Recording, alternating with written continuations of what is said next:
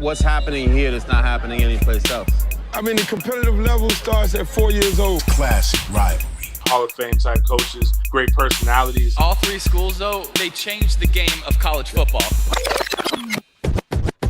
Florida State Seminoles. Miami Hurricanes. Florida Gators. You want to dominate your opponents and you want to get stoned, make sure that you roll up.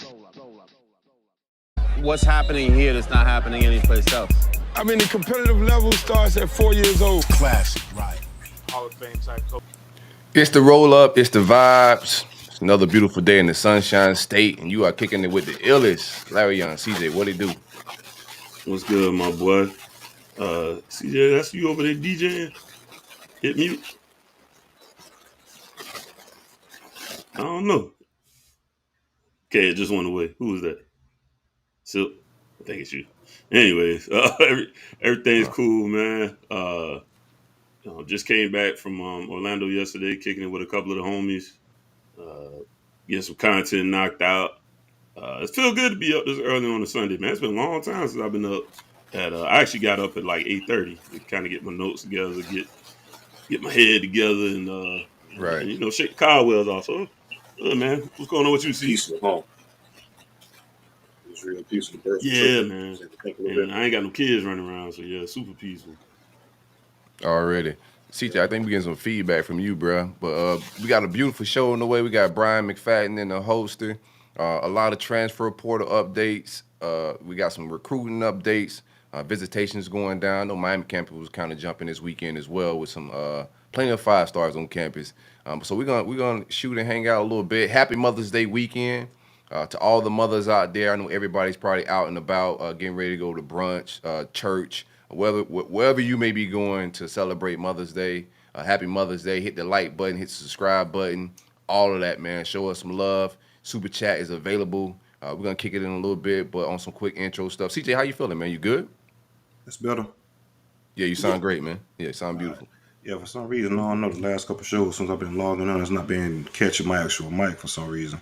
But nah, man, feeling real good. I know Larion, he said no kids running around and shit. I get about a 30 to 45 minute grace period before it's all hell break loose. There's noise everywhere. So I appreciate that little 30 to 45 minutes. Nah, feeling good, man. Quick little trip to Orlando over the weekend, hang out with you guys, shoot some stuff back in town to knock this great interview out, and then hang out with the family for Mother's Day. So all in all, can't complain. Real good.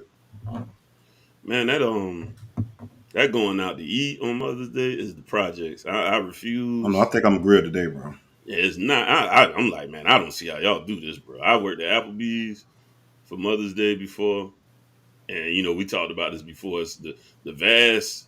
The stark contrast between Mother's Day and Father's Day is insane, man. I worked the Mother's Day at Applebee's, bro, which is, take him on to Applebee's, I guess. Man, you talking about never had a single moment of rest or break. Every time somebody picked my table up, somebody was already sitting down, man. I was like, oh, my God, bro. The people ran me crazy that day. I can't do this no more. You made solid tip-wise? Yeah. I did make some money that day. But I earned every bit of it, boy. You got to work on that day, man. But, yeah, I don't take my mom out for Mother's Day. Usually, if anything, I'll take her, like, the Friday before. Because a lot of people think of going Saturday, too. Like, oh, this is the big secret. We'll go Saturday. It'll still be kind of jumping off Saturdays, too, on that weekend. So, I'll do Friday. And this year, since I'm in Florida, I just gave her favorite gift. Hey, mama, money. I called her to make sure she got it, man. I could already hear the smile before I was like, never mind. I know you got it already. But shout out to my mama, Patricia Cooper. Love you, Mom. I think she's still in Charleston right now, hanging out, enjoying Charleston for the weekend. So she do listen to at least a few minutes of the show. She don't even want to listen. Already, man. I'm producing this thing from the back end again. Pause, but we're gonna make it happen. If it's a little clunky, excuse us, man. It's always something new with the software, but we're gonna get it together. The vibe should be electric. I'm excited about Mother's Day. It's my favorite day. I bet you your Father's Day at Applebee's wasn't lit like that. Right? Not even the close. Same vibes, man. They treat us like it's just another day, man. Our shit's like President's Day or something. Yeah, well, I had to pay on Father's Day. Yeah, I was about to say, yeah. see? They give you the tab. Yeah. Right. Or they let you cook. They let you get on your grill. Right. You can't. Oh yeah, we might as well grill out. I don't Oh, know if I shoot. grill or not. Yeah. We bought some steak and you a barbecue grill kit, Dad. Yeah. Get to work. Hey, you just get to work, bro. you go to the And garage. you got to put it together on Father's Day. Right. Go to your garage and pick out one of your barbecue sets, man. I guess I go with the FSU one this year. Right. Yeah. Because it's 7 to 8 on them in there. Yeah, I got this FSU barbecue gift last year. Might as well use it for this year, Father's Day. Oh, man. Anyways, here we go. Hold on a second.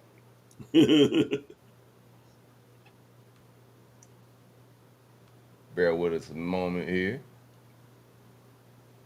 It's gonna be the last. It's gonna be the last damn time we ain't got no producer.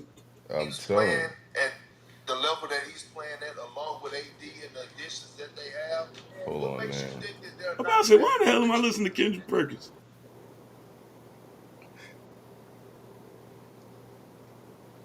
There we go. Flicking back and forth. Yeah. All right, there was. I thought I got it. It's all good, man. Oh yeah. We're gonna edit all this out on the back end, but right now, y'all get to see a little bit of there we go. Nah, you good. It's the roll up, it's the vibes. We're kicking it. We're live with Bryant Mcfadden, FSU legend. Happy Mother's Day, Bryant Mcfadden. How you doing, man? We apologize for the clunkiness. We're usually a little bit more sleeker than this, man, but it's Mother's Day morning, and I'm producing it from the back end myself, man. How you doing? You good, my guy?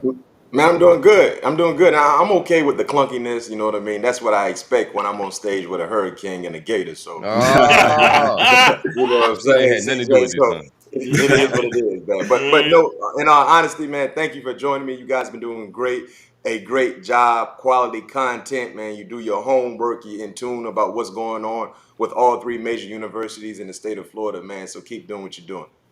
Now we appreciate that love, man. How you spending Mother's Day? I know you're a husband. You also have a mom. So how do you normally spend this day? Man, the same way I spend almost every day or every other day, you know, giving to some degree, you know, making sure everybody is together. That's our responsibility as a man. You know what I mean? To make sure we take care of the people that we're supposed to take care of. It's not necessarily through financial giving, but, you know, encouragement, you know what I mean? Motivational, you know, mentally, physically. So that's who I've been for quite some time in my adulthood life. And just because it's titled Mother's Day, you know, every day is a given opportunity for me as a man. So it's a reoccurring thing. And I appreciate it, and I embrace it, and I love it. That's what's up, man.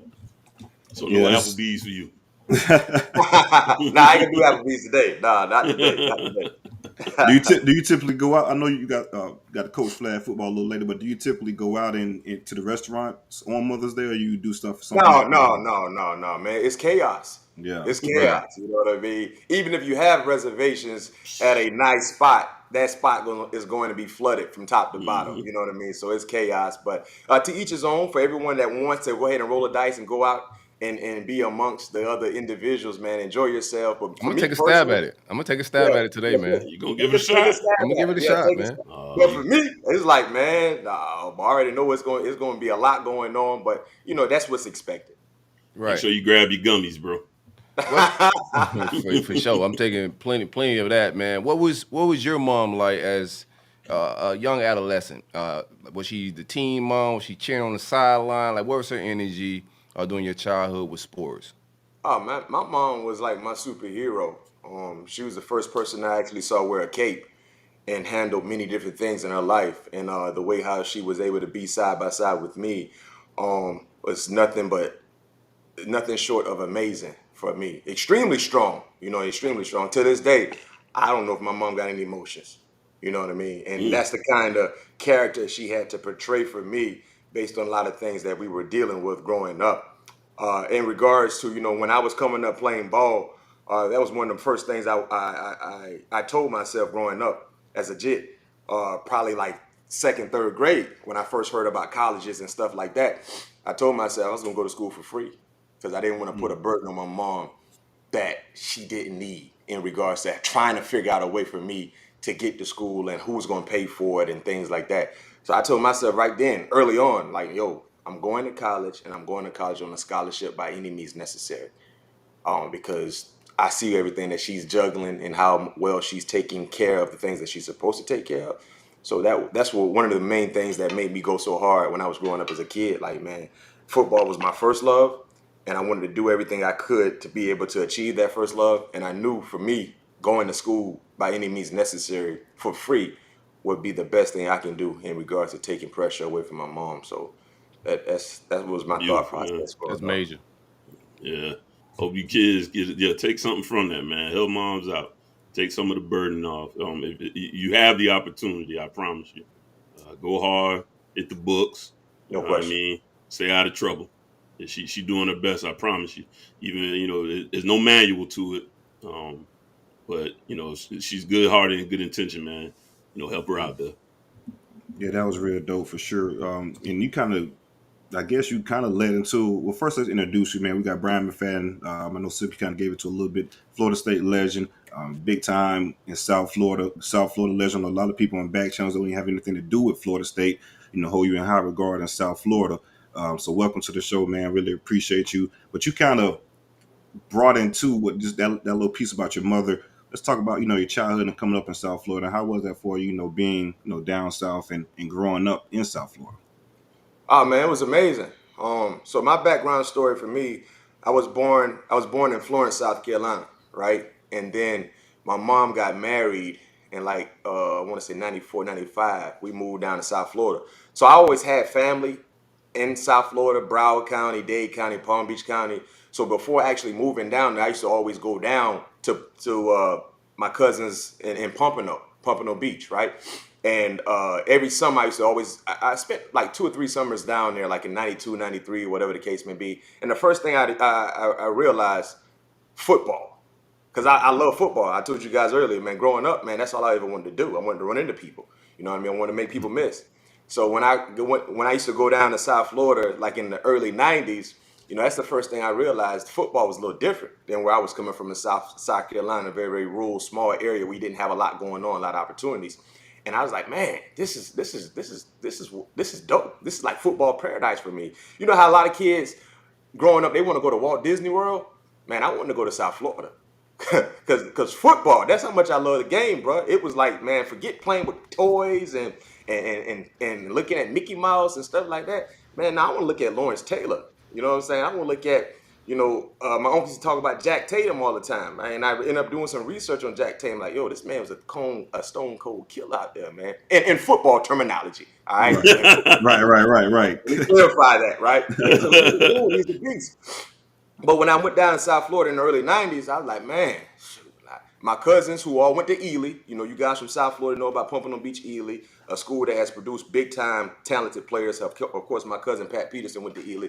So I used to you remember back in the day, you used to have throw them up tackle, right? Mm-hmm. Out in the yard, throw the ball up, whoever catches it, you got to tackle them. So you might have 1 on 10, depending on how many people out there throw them up tackle. Yeah. Man, we ain't had no football, so we used to do it a can, an acorn, it didn't matter what it was. So when I first came down there from South Carolina, I had an accent, a heavy country accent, like your boy from The Wood. You remember the movie The Wood? Yeah. North Carolina to LA. From North Carolina. And I was so hesitant in talking because everybody used to laugh at me because I had a super country accent. But one thing I did was I was a child of few words, but I allowed my athletic ability to do with the rest. So it's like, man, who this dude is? You know how South Florida kids is. When you got a new kid on the block, they really don't know who you is. They really ain't rocking with you like that. You know what I mean? And they really gonna test you. You know what I mean? Like, let's see, this dude got some dog in him, or we can get over on him, right? So they was like, man, my cousin was like, man, this my cousin from South Carolina. Was like, man, let's play throw him up tackle. That was the quickest way to kind of challenge to see who I was. Throw him up tackle. Now, little did they know, football was all I did. That's all I watched. And outside of playing football, I was a big time wrestling fan. So growing up in South Carolina, we had one television. My uncle used to control it. Only we were gonna watch football, basketball, or wrestling, right? And me growing up watching wrestling, my scoop game was phenomenal. I learned how to slam people. So I would get up under you, and up you go. So most kids didn't really do that growing up. You know what I mean? Especially in the mid '80s. So that's how I learned how to tackle, by watching wrestling. So we throw him up tackle. Man, first kid I got my hands on, man, I scooped him, man, took him up to the 3rd floor, man, and dropped him on his head. So you know how kids are like, oh, no, man, that was an accident. South Carolina for real. Yeah, that's one of them mistakes. Man, so throw him up tackle. The can, whatever we was playing with, fell. I picked it up, hit a kid with a move, and took it to the house, right? So now they's like, oh, shoot. Like, bruh, who your cousin is, right? So now they was like, now it went from throwing up tackle to wrestling. Now they want to try to, everybody trying to take their chance on you, right? Put you through the gauntlet, the gauntlet, right there. You know, them kids are pumping no hard. It's a little rough around there pumping no. Yeah, that's tough down there. Long story short, that's how I earned my stripes before actually moving down. And South Florida is different. It's competitive. And when I went back up to South Carolina, you know, started playing organized football in 3rd grade, first time playing tackle, I realized I was gifted. I realized I was a blessed child in regards to that element. And we all are blessed in our own ways. We just got to figure out what that blessing is. You know what I mean? And be willing to work at it if it's something that you want to achieve. My mom used to tell me all the time, yo, the tongue is powerful. You can speak life or death in your life. You know what I mean? That's facts. And growing up, I was football. That's all I wanted to do. Football. But I just didn't say it, but I worked at it. I loved the game. I studied it. You know, I watched it. Every Saturday, every Sunday, watched it. Heck, I ain't had no other choice. Like I said, we had one TV, so we could watch it. But yeah, when I finally moved to South Florida, man, they called me Carolina. For you South Florida individuals that are checking us out, I played at Washington Park, right there on 56 in Hollywood. Back that time, we were known as the Washington Park Saints, the Sea of Saints. Now it's the Bucks. I think they are. We got a lot of talented kids coming from that area. But yeah, when I went down there, man, it was when we moved down. This is how much I love football. My mom was like, okay, what middle school we gonna go to? I had Apollo Middle, Perry Middle. I think it was McNichols in Hollandale. I said, Mom, I ain't worrying about no school. Where I'm gonna play football at? Where I'm gonna play football at? She's like, you worrying about the wrong thing? I said, no, I'm not. I said, I need to know where I'm gonna play football at, man, because I just kept hearing about South Florida football. But yeah, started playing at Washington Park, man, and the rest is history. Who did you?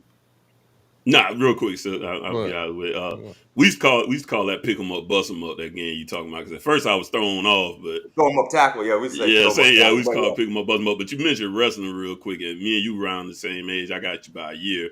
Who was your favorite wrestler back then, man? Oh, I was a Four Horsemen fan, so Ric Flair was my guy. Tony Blanchard, Arn Anderson. I used to like Dusty Rhodes as well. His personality and how he went about his business. When Sting jumped in, so growing up, you know, back in those days, Larion, it was a WCW or your WWF. WWF, yep. Now it's currently the WWE. Right. So either you're a WCW guy with Ric Flair and the rest of the Four Horsemen, or you was a WWF guy with Hulk Hogan and those guys.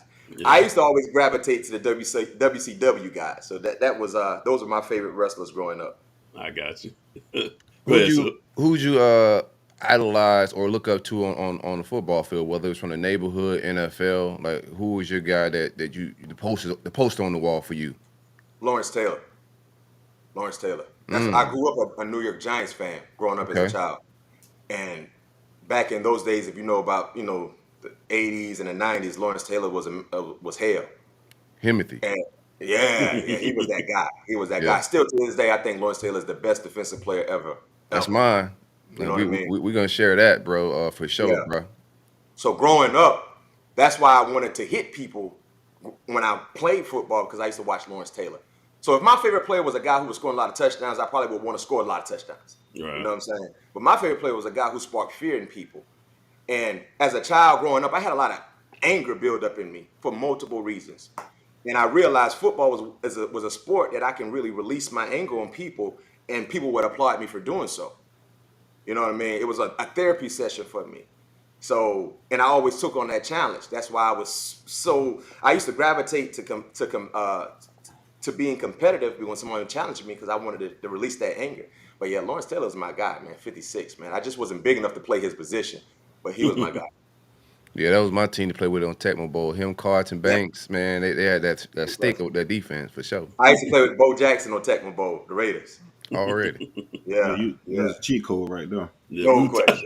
I had that very conversation at the bar 2 nights ago. He was like, "Man, you used to play with Bo." I was like, "Bo was cheating, bro. Like, No Bo, you couldn't stop Bo, man." No. I was a Niners fan back then, and still am to this day. Go ahead, CJ.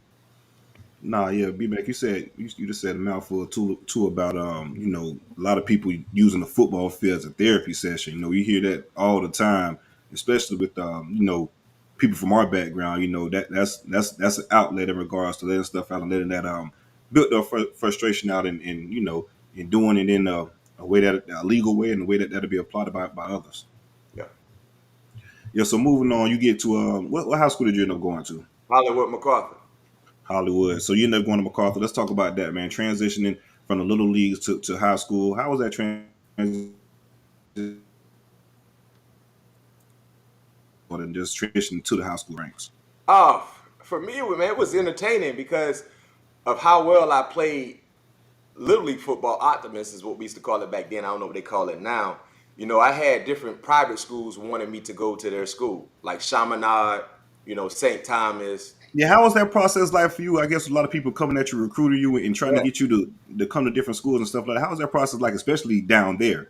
Yeah, it was a little unfamiliar because I didn't know there was such things as private schools, high schools, where you either had to pay to go or they would give you a scholarship. I didn't know. But I was such a headstrong kid, bro. I was kind of before my time. So when I played at Washington Park and I was balling, I was considered one of the best little young kids in the area. You know, I had St. Thomas coming and talking to me, Chaminade coming and talking to me, American Heritage. You know, all the private schools right there in Broward County. Mm-hmm. And where I lived in Hollywood, I was right off of 56th Street as well. So my nearest school was, I could have went to Miramar, Hollandale, Hollywood Hills, or MacArthur, right? At that time, MacArthur was kind of more of the consistent vibe football-wise. So I was headed to MacArthur. But I remember folks from Chaminade and St. Thomas, all three were saying the same thing. Yo, if you want to get a scholarship, you need to come to our school. You need to come to our school. And I didn't really like that because I felt like that was a slight at me. You're kind of telling me the only way I can get a scholarship to go play college football is if I go to your high school. So I kind of took that as an insult because they're like, if you want a scholarship, you know, you gotta come to our school. This is what we can do on the field. We're gonna make sure we develop you. You know, it's not as easy to get scholarships when you don't go to a school that has the notoriety like we already had. And that was kind of the same sentiment that they all were saying to me. And back then, it was a little more difficult. I think it's easier now to get a scholarship because you have so many different avenues where people can see outlets. You, where you can gain attention, you know, gain eyes. Back then, we had no social media. We didn't have the 707 circuit. You didn't have politics, man. Word of mouth. Exactly. Word of mouth, or people just come out and see you, be like, oh, that jit can play. Right. You know what I mean? Nowadays, these kids, it's a lot easier, bro. It's a lot easier. And it's a club, everyone gets it. Everyone gets it. You know, 707 circuits where you're traveling across the country, you get more exposure. So when they were telling me that, I was like, yo, I feel like they trying me. Like, what you mean? That was the wrong recruiting pitch, right? And then secondly, I know St. Thomas hit me with this. It was like, you know, if you come to St. Thomas, you know, you have to wear uniforms. And I was like, wait a minute. I gotta wear uniforms every day?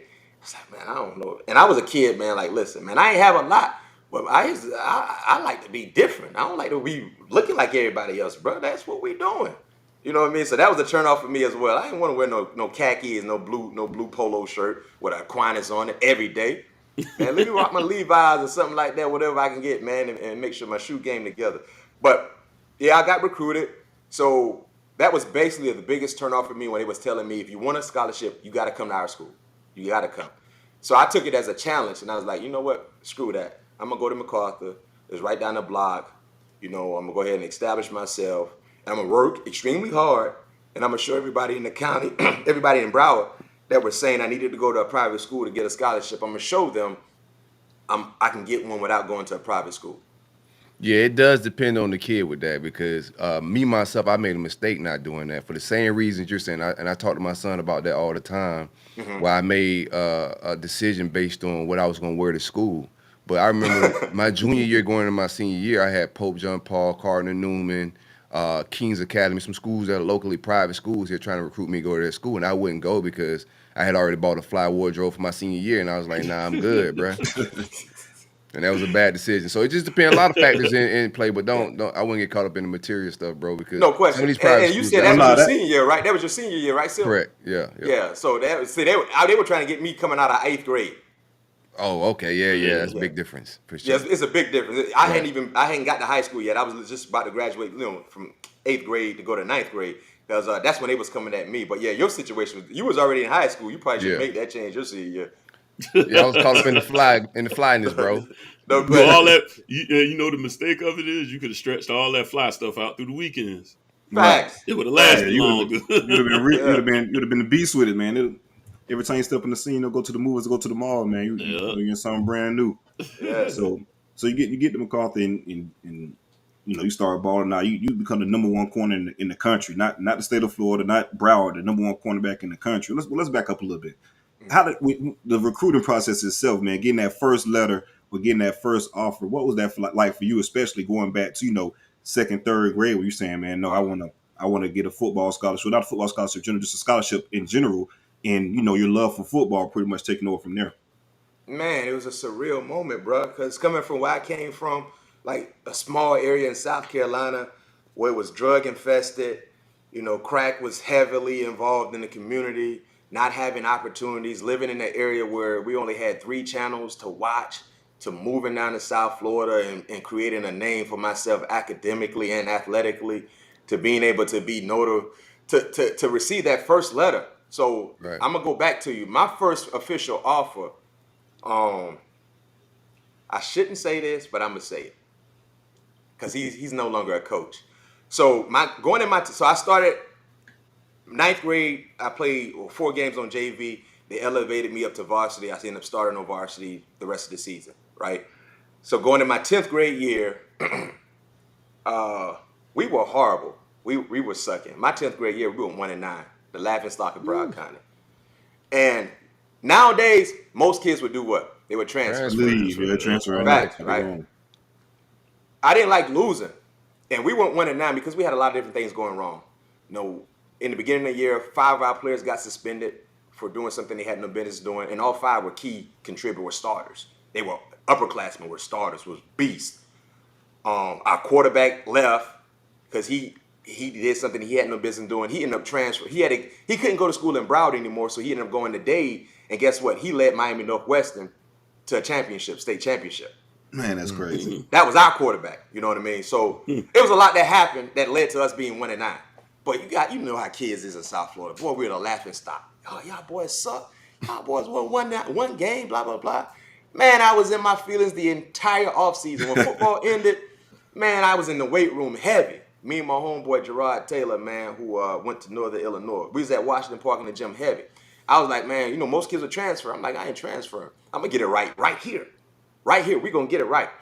So but I balled out. I balled out my sophomore year. I put in a lot of major work. But we just didn't win. I didn't do enough for us to win.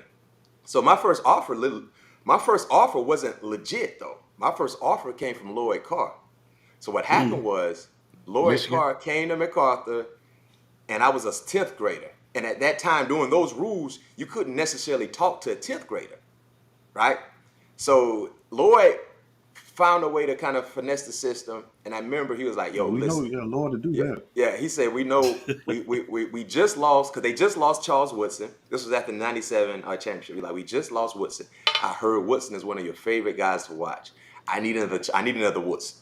Man, so now I'm like in the 10th grade, bro. I'm a big time Woodson fan. The number 2, because I rock 8 in high school. You see my Mustang jersey over there. Yeah. I rock 8.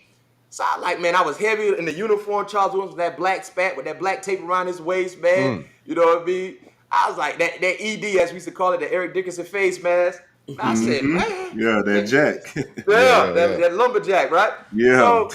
So I said, kids don't know what that is nowadays, you know what I'm saying? No, they don't. Yeah. So I was like, this freaking Lloyd Carr. But look, he told me, he said, don't say anything. He like, keep it to yourself. I didn't even tell my parents, yo. I ain't tell my mom and stepdad. So that was my first unofficial offer, illegally, whatever you want to call it.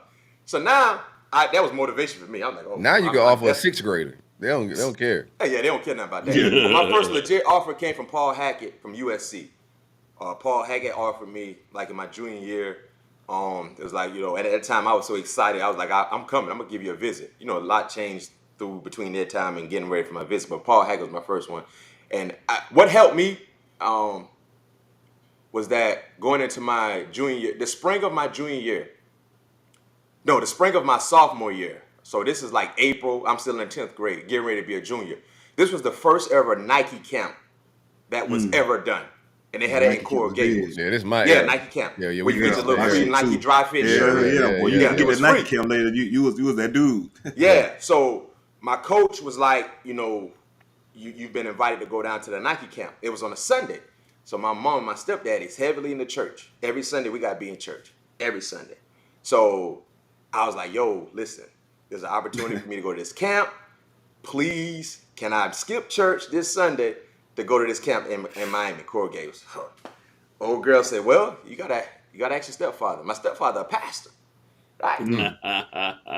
I said, for the Lord, what? I said, Mr. Frank, that's what I used to call him. My stepfather, I still call him that today. That's Mr. Frank, man. Listen, I don't never complain about going to church. I'm always there. I don't got no issue. I don't care what happens Saturday night. I'm there. Got to button them up a little bit. But this Sunday, can I miss church to go to this camp? It's a free camp. You know what I mean? Free camp. Can I please go? He hit me with the no. You going to church? I said, what? Yeah, it's time to backslide. So I said, so now I'm like, bruh. I said, man, I make good grades. I do everything you asked me to do. I had a job. I was working at Publix, right off of Pines and University. I said, man, so I thought about it. I went back again. I said, listen, man, please. I said, I do everything y'all ask me to do. I cut the grass. I take the trash out. I make my little money. You know what I mean? You don't worry about me academically. You don't worry about me doing anything. I got to do this. Can I please go? He hit me with the no. You're going to church. So I said, man, Frank. Well, I'm in my feelings heavy right now. Because I know it's going to be a big opportunity, right? Yeah. Right. So I asked my mom, I said, man, what we got, man? Come on, man. Like, what's up, man? This ain't, I don't never ask not to miss church. You know what I'm saying? But please. Long story short, I kept begging. They was like, okay, here you go. I go down to Coral Gables. That's what changed the trajectory of my high school career. The who's of who's down there. Everybody. All the coaches from the U, all the publications across the country, because that was the first Nike camp ever. Everybody down there. So the best players from Central Florida all the way down South Florida there. We ran the 40. I already had a name in Broward. Dave was starting to sprinkle and hear about me a little bit as well. The same was about Palm Beach. So we ran the 40. We did at that time it was a 185 test. You didn't rep 225. We did 185. I repped that like 26, 27 times. I ended up running. I was a strong jit, bro. I was a strong. When I went to the combine, I did 225, 23, 24. So you sound like Larion. Yeah, when I left high school, I was benching 325 in high school. Damn, so what I was doing them receivers out there. I was putting them in the track. Real quick, man. So we from the same era. So if you talking, you graduated what? 2000. 2000. Same year I graduated high school. So you down at Nike camp. What kind of killers you running into? Andre Johnson, Anquan Bolden. Who you seeing? Dre was already at Miami. Right. I think no. Dre was about to be. So Dre was older than me. Dre Johnson. Right. But he was there because he was already a Miami signee.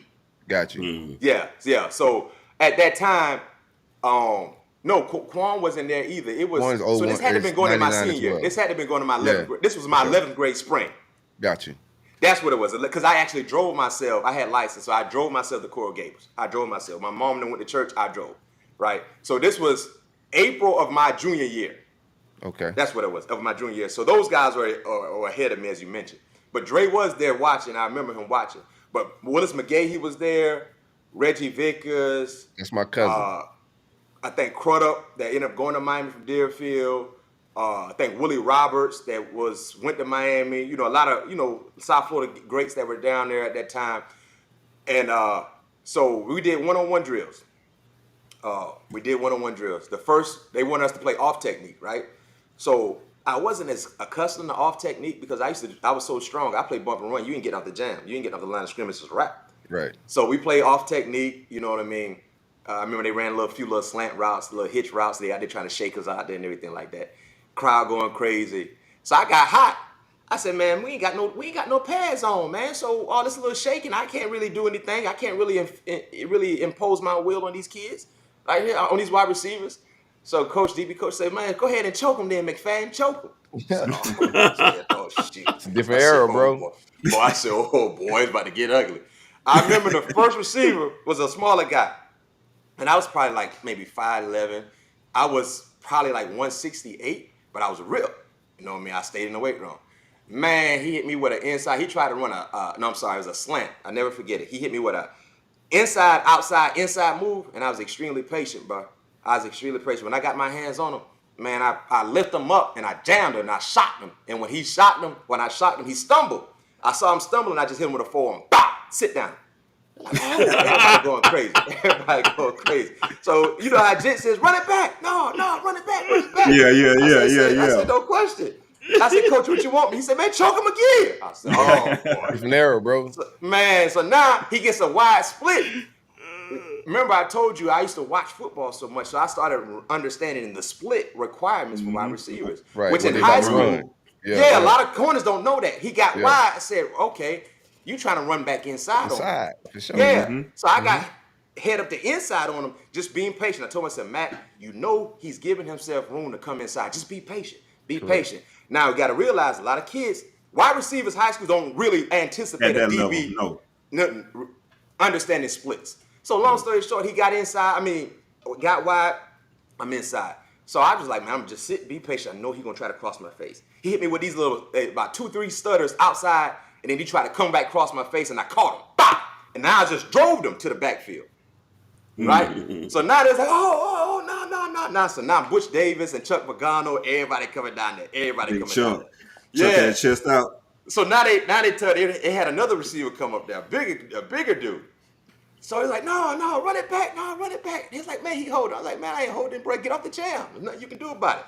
So now there's a big receiver. I forgot where this kid was from, man. He was about 6'3", probably like 190, which is big, right? Yeah. So I was like, oh, he's going to try to muscle me. Okay, so now what I'm going to do is he anticipates, because he just saw me wrap somebody up 2 reps ago. He's going to probably anticipate the same thing. So now I'm going to fake jam him, because when I fake jam him, I'm going to get him, he's going to give me all these moves of trying to, tussle with me. I ain't going to tussle with you because that's what you expecting. So what I did was I fake jam him, he outside release, and within that 3rd, 4th step, I shot him then, which is legal in high school. When I shot him, I'm trying to tell you I was strong as an ox. When I shot him, flew to the gate. When they flew to the gate, they was like, oh, no, it's a wrap. So after that, I ended up getting up. Yeah, it was a wrap. So that's when Miami offered me that same day, bro. That same day. So what happened was I got defensive player of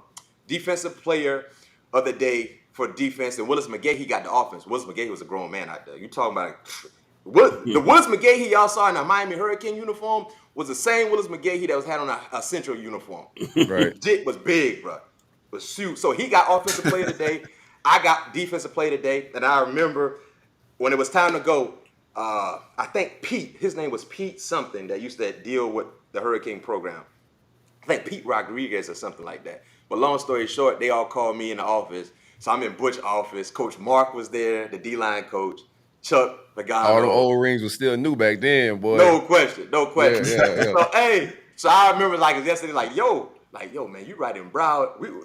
Before this, mine was the hottest thing going right then, bro. Like for us in South Florida, bro. Like it was fire hot at that time.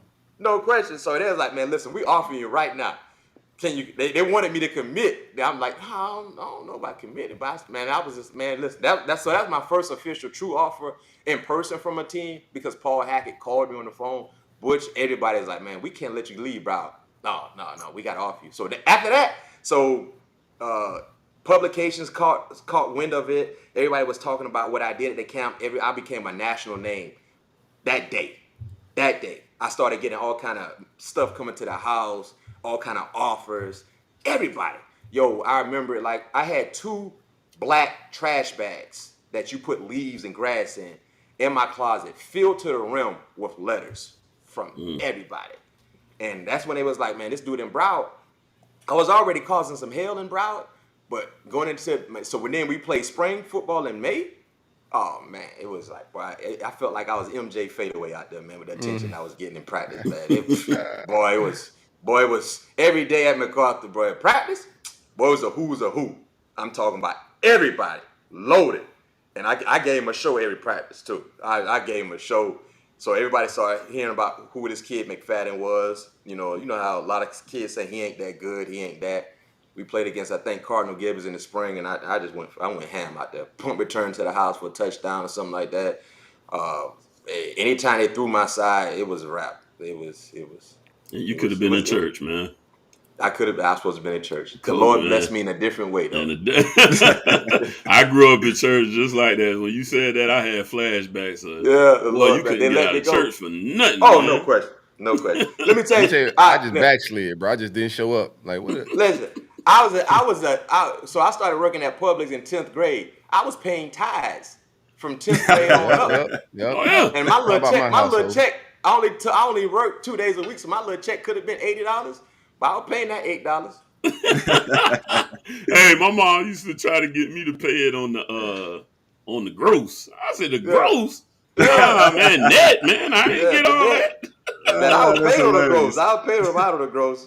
Nah, I'm paying on the net. I'm paying on some money I never even got. Yeah, but man, that's funny though. Yeah, I grew up in a similar situation, man. All right, last recruiting trail stuff. You mentioned, and this is a name, I talk about him all the time, man. It's my cousin, and we went through the whole process at the same time. But give me some Reggie Vickers. You ran into him in the recruiting process? Reggie Vickers was actually at that camp. Right. Yeah, me and Reggie touched a little bit at that camp. Reggie was hell. Whoa, the best receiver to ever come out of Glade Central. He just didn't go pro, but killer. He shouldn't have went to Florida. Hey, man, relax. I'm sorry. Let's keep it real. Right, go ahead. A low key for his. Like I know a lot of people talk about Carolina, but Carolina was his number 2 low key. He liked North Carolina a ton at that time. Florida was heavy in Gainesville with Riedel is also his cousin on his mom's side, so there was a lot of familiarity with the Florida program. We all grew up Spurrier fans, so it was a slam dunk, man. Just want to get a little story out there about Cuz. That's all. Man, Reggie was legit. He was there. And Reggie was, when I was watching him at that same camp, before we were playing off technique, he caught me like on a post route. And I knew he had to have some wiggle and some wheel because he was little. I'm like, for him to be here, for him to be as small as he is, bruh, he got to be quick. And I saw it firsthand. But you know, when he went to Florida and I went to Florida State, I really thought we was gonna bump heads, you know what I mean? Because of course, you know, in the same recruiting class, but for some reason they didn't work out. But yeah, Reggie was one of the best receivers to come out of Glade Central. And you know, if you know anything about Glade Central football back in them days, in them 90s, 2000s.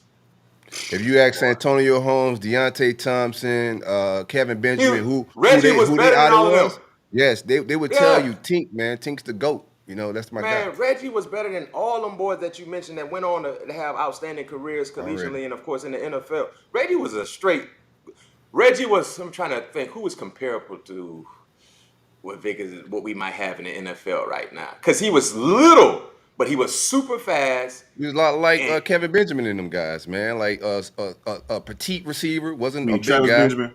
Travis Benjamin. I'm sorry. Benjamin. He was just like Travis Benjamin. Deontay Thompson. He was faster though. Yeah, Santonio Holmes. That same body type, same speed. Yeah, he's faster than Trav, then boy. That was Bruce Lightning. Reggie threw me off with Kelvin. I blink fast. I blink fast. I'm talking about my sophomore year. We're gonna get off of this as well. But our sophomore year, I mean, we in 10th grade, so we still pups kind of. You know what I'm saying? But he moved up to varsity at Glade Central at that time, and he won the state championship. Like he scored. He beat Reigns, Lito Shepherd on the deep pass, and that was legendary. It was never the same for him. Lito was a year older than him. That was Lito's senior year. Correct. Jabbar Gaffney, all them boys on that team from Reigns. Already. Yeah. All right, let's move on, man. Let's get to CJ Gradwell, man. I'll talk about Gator stuff. That's dope. That's cool. I love the backstory. I love the familiarity. That's real dope. You know, it's always that guy that don't make it. Yeah. Right. That's better it takes than a lot of much focus, everybody. man. Yeah, it ain't easy to make it in this That's why I respect everybody that make it to that elite level NFL. Like, there's jokes on the timeline, oh, this person only played that amount of years. If you competed in this game, you know how hard it is to make it, to even get an invite to it, let alone get drafted. So I respect everybody that make it to that level for sure, because it's difficult.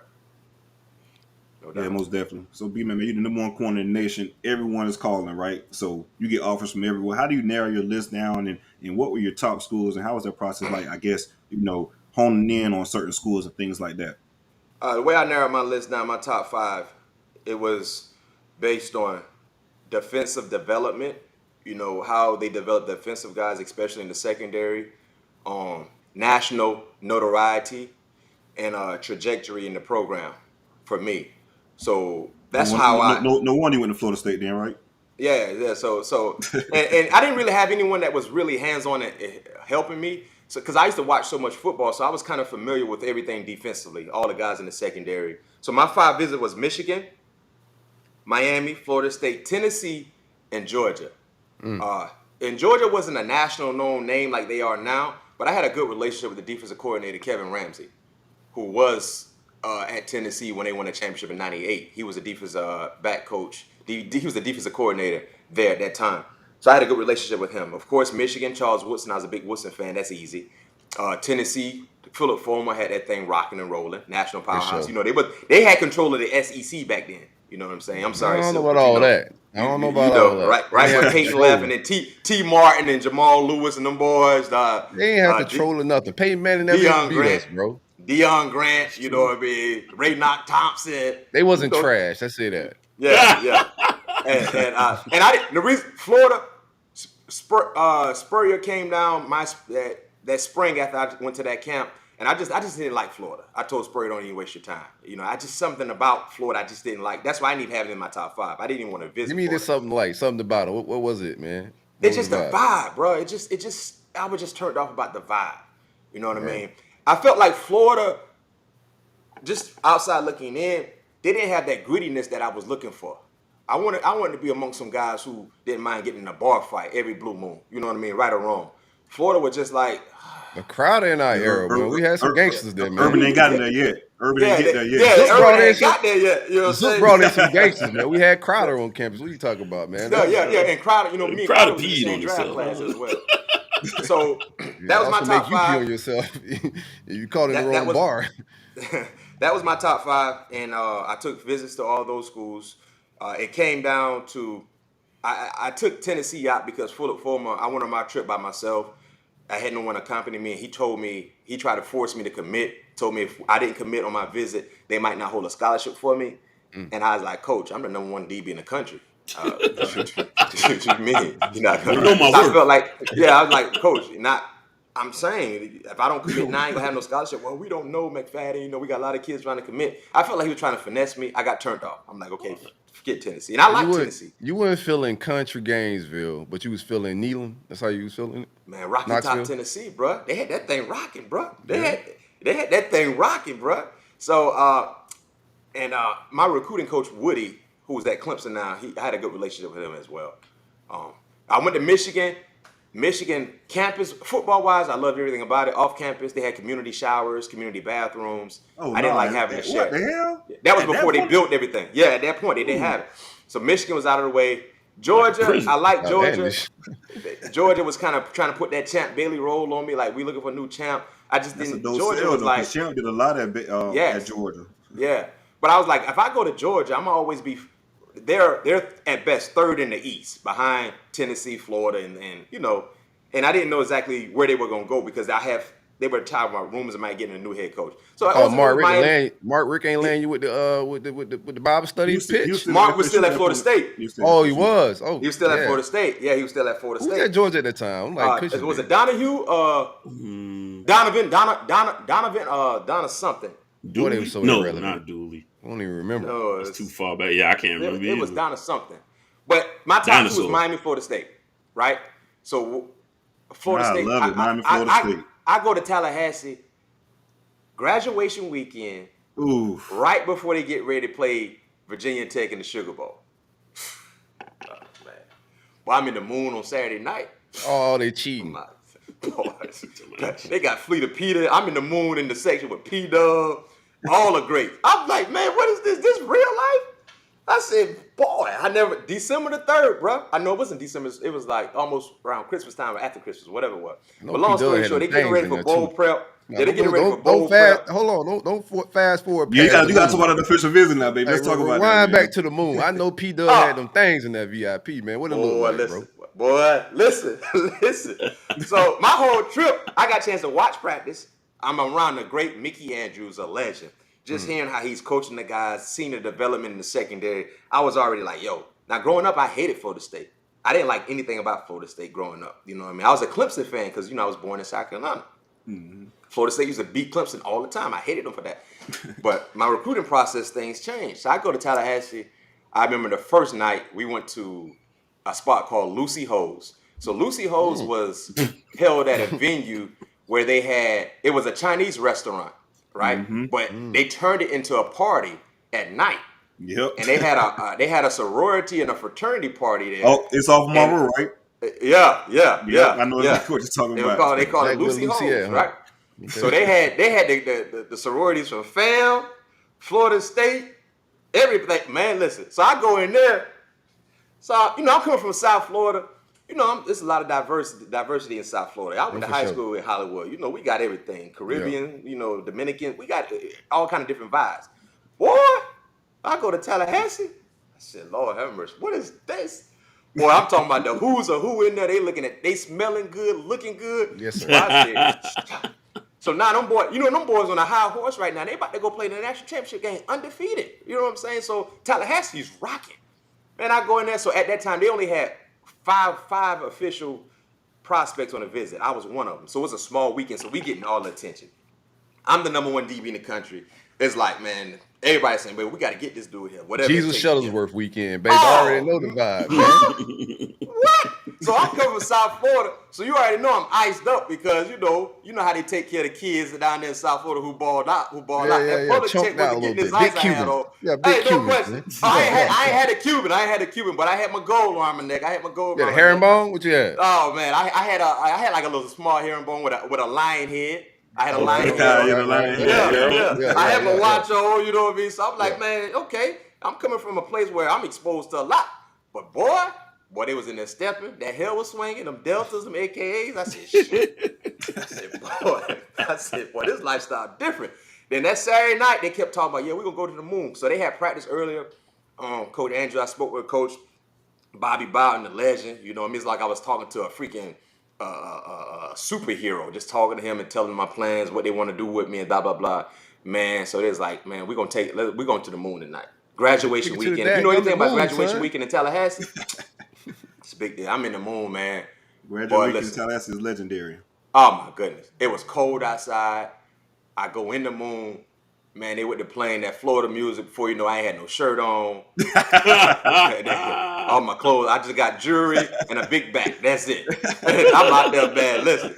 Hey, and I ain't even supposed to be in there. Remember, the moon is 21 and up. Yeah. Right. On Saturday, 21 up. Saturday, 21 and up. I ain't even supposed to be in here tonight, man. But I'm in there loose as a goose, and I don't drink. You know what I mean? So, and they instantly caught wind of that because, unfortunately, it be some prospects that might get, handed some alcohol. Right. You know what I mean? I'm like, nah, bro, I don't drink. They're like, bro, you was sober with your shirt off? Boy, you was having a blast. Boy, what? Man, shoot, you should have heard me. You should have saw me in Michigan. When I was in Michigan, they went to playing that No Limit Soldiers, that Master P. Yeah, show what the South do. Yeah, show what the South do. Man, shirt come off, man. I'm on a different vibe right here. I ain't had no shirt on in Michigan, and we was partying in Detroit. It was like 12 degrees outside, but I was so fired up. The boy said, man, we gotta have this boy in the field. He moving around like this. Wild boy. Boy, I'm shirt come off, boy, jewelry on. That's it. Right. 17 years old, man, in the middle club, banging. Like, what's up? Don't let it be some other boys from the South. Oh, yeah, we going to take over. Yeah. But, yeah, man, listen, that moon, boy. So then I go that trip. I go to Miami, all the local boys down there. But I was so accustomed to the Miami lifestyle. You know what I'm saying? It was like I used to always navigate, do different things there, different things there. But what sold me, what turned me off with Miami, Butch Davis came in maybe a week or so before signing day home visit. I asked him, I said, Butch, are you planning on leaving anytime soon? He told me, no. I felt like that wasn't true. I felt like he was on the cusp of turning the program around, for better days. I knew Bobby wasn't going nowhere. And with Butch, if Butch leave, who takes over? You know what I mean? Is it an outside guy? Is it? I didn't know. And I went with my gut. My gut told me to go to Florida State. Went there. Bobby was there. I got a chance to, you know, have the moon at my disposal any given time. Freaking flyer at the moon, man. I already know the vibes up there, bro. Back in those days. I don't know how it is now. Story. Let's talk about him going at home. A lot of people talk about in-home visit with Bobby Bowden. How was that for you? You know, coming to South Florida, coming to home, especially within a preacher's household. Man, listen. Before we actually did the visit, people at my school heard that Bobby was coming, and they gave me like 100 different pieces for him to sign. So he had to do a signing before. And I said, Coach, I'm sorry, but a lot of people, principal, teachers heard you were coming. You don't have to, but they would like for you to sign this. I was embarrassed. McFadden. I won't worry about McFadden. Don't worry about it. You got. What color marker do you have? So he literally signed everything, and we got into the home visit. Man, this man was a legend, bro. It was like him and John Lilly came. Coach Lilly who was really hands-on in my recruitment came. We talked. You know, he emphasized faith, family, structure, and working hard. Working hard. That's what he emphasized. Like Bobby coming to the house, and the parents. If your parents got any kind of common sense in life, he gets them. It's a wrap. Ain't nothing you can do about it.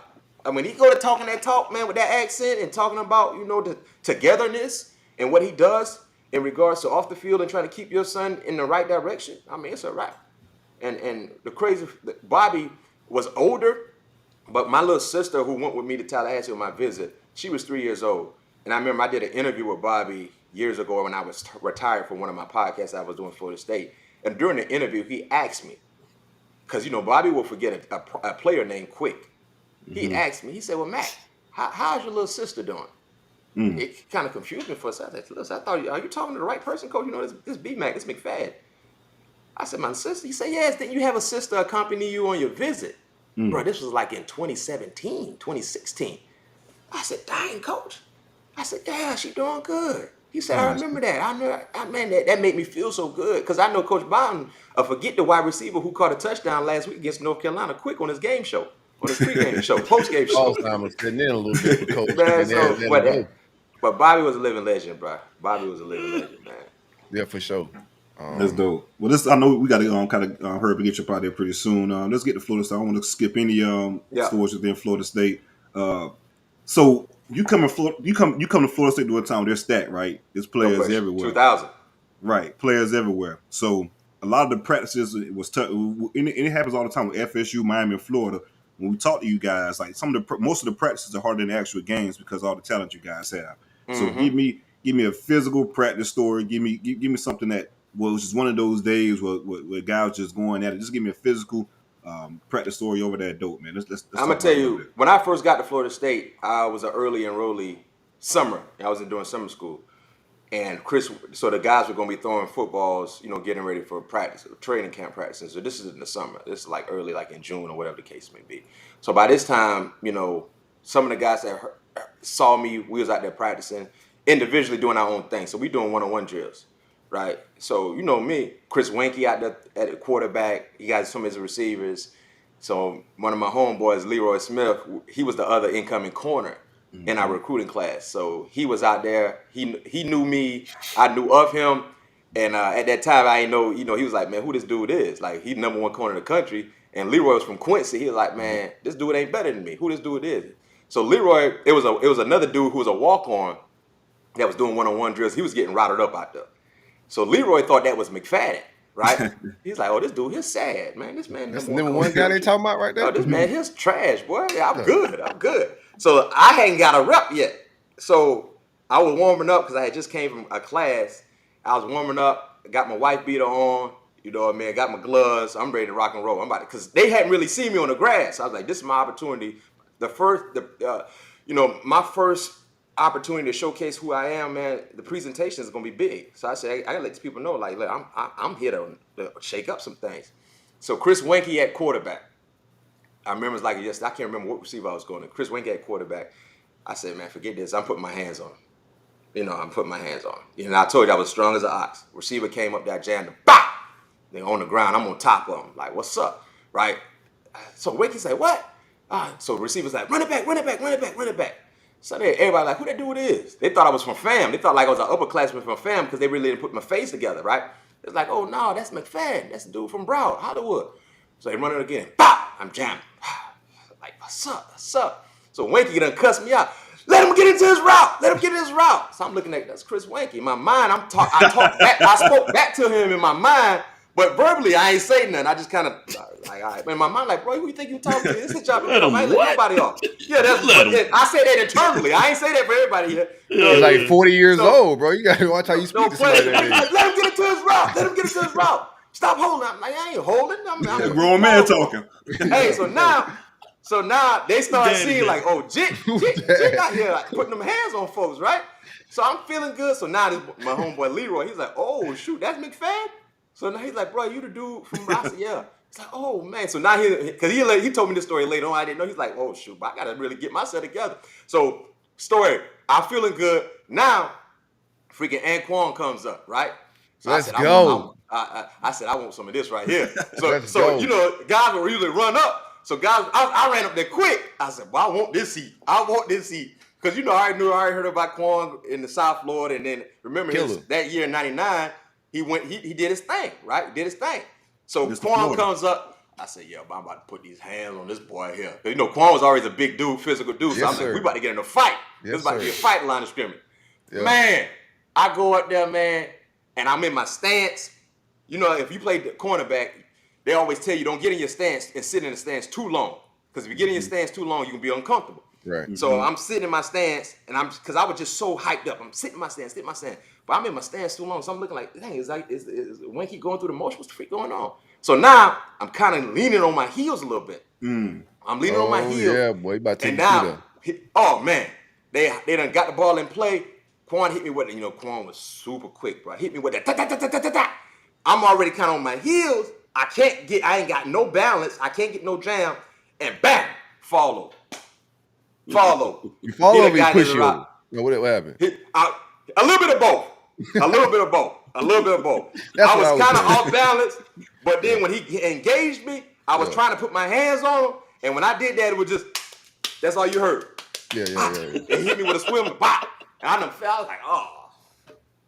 He done went down there, caught the pass. Everybody was like, okay, that's what I'm talking about. Come on, put that Jit in his place, put the rookie in his place, put the freshman in his place. I said, oh, sure. I said, boy, I got it. So me and Quan, I used to always try to battle with him too. That right there was like the first initiative. Like every time he jump up, I need to jump up with Quan. You know what I'm saying? Just jump up with him. How was it guarding him though? Because you just said how quick he was and also how strong he was too. Just what was your game plan? Just because as a corner, you have a game plan based on certain receivers. With Quan, like I said, he can pretty much do everything. So what was your game plan like with attacking someone like Anquan? You really had to swallow your pride with Quan because you could not attack him every time in a fight because he was so strong and quick. And he understood leverage as well. And at that time, I didn't know that. In high school, my game plan was I'm going to beat you up. When I got to the next level, playing against guys like Anquan, Javon Walker, guys who went on and played, even Snoop Menace, you can't attack them the same way every time. So you got to show them one thing this rep, another thing the next rep. And I eventually learned that.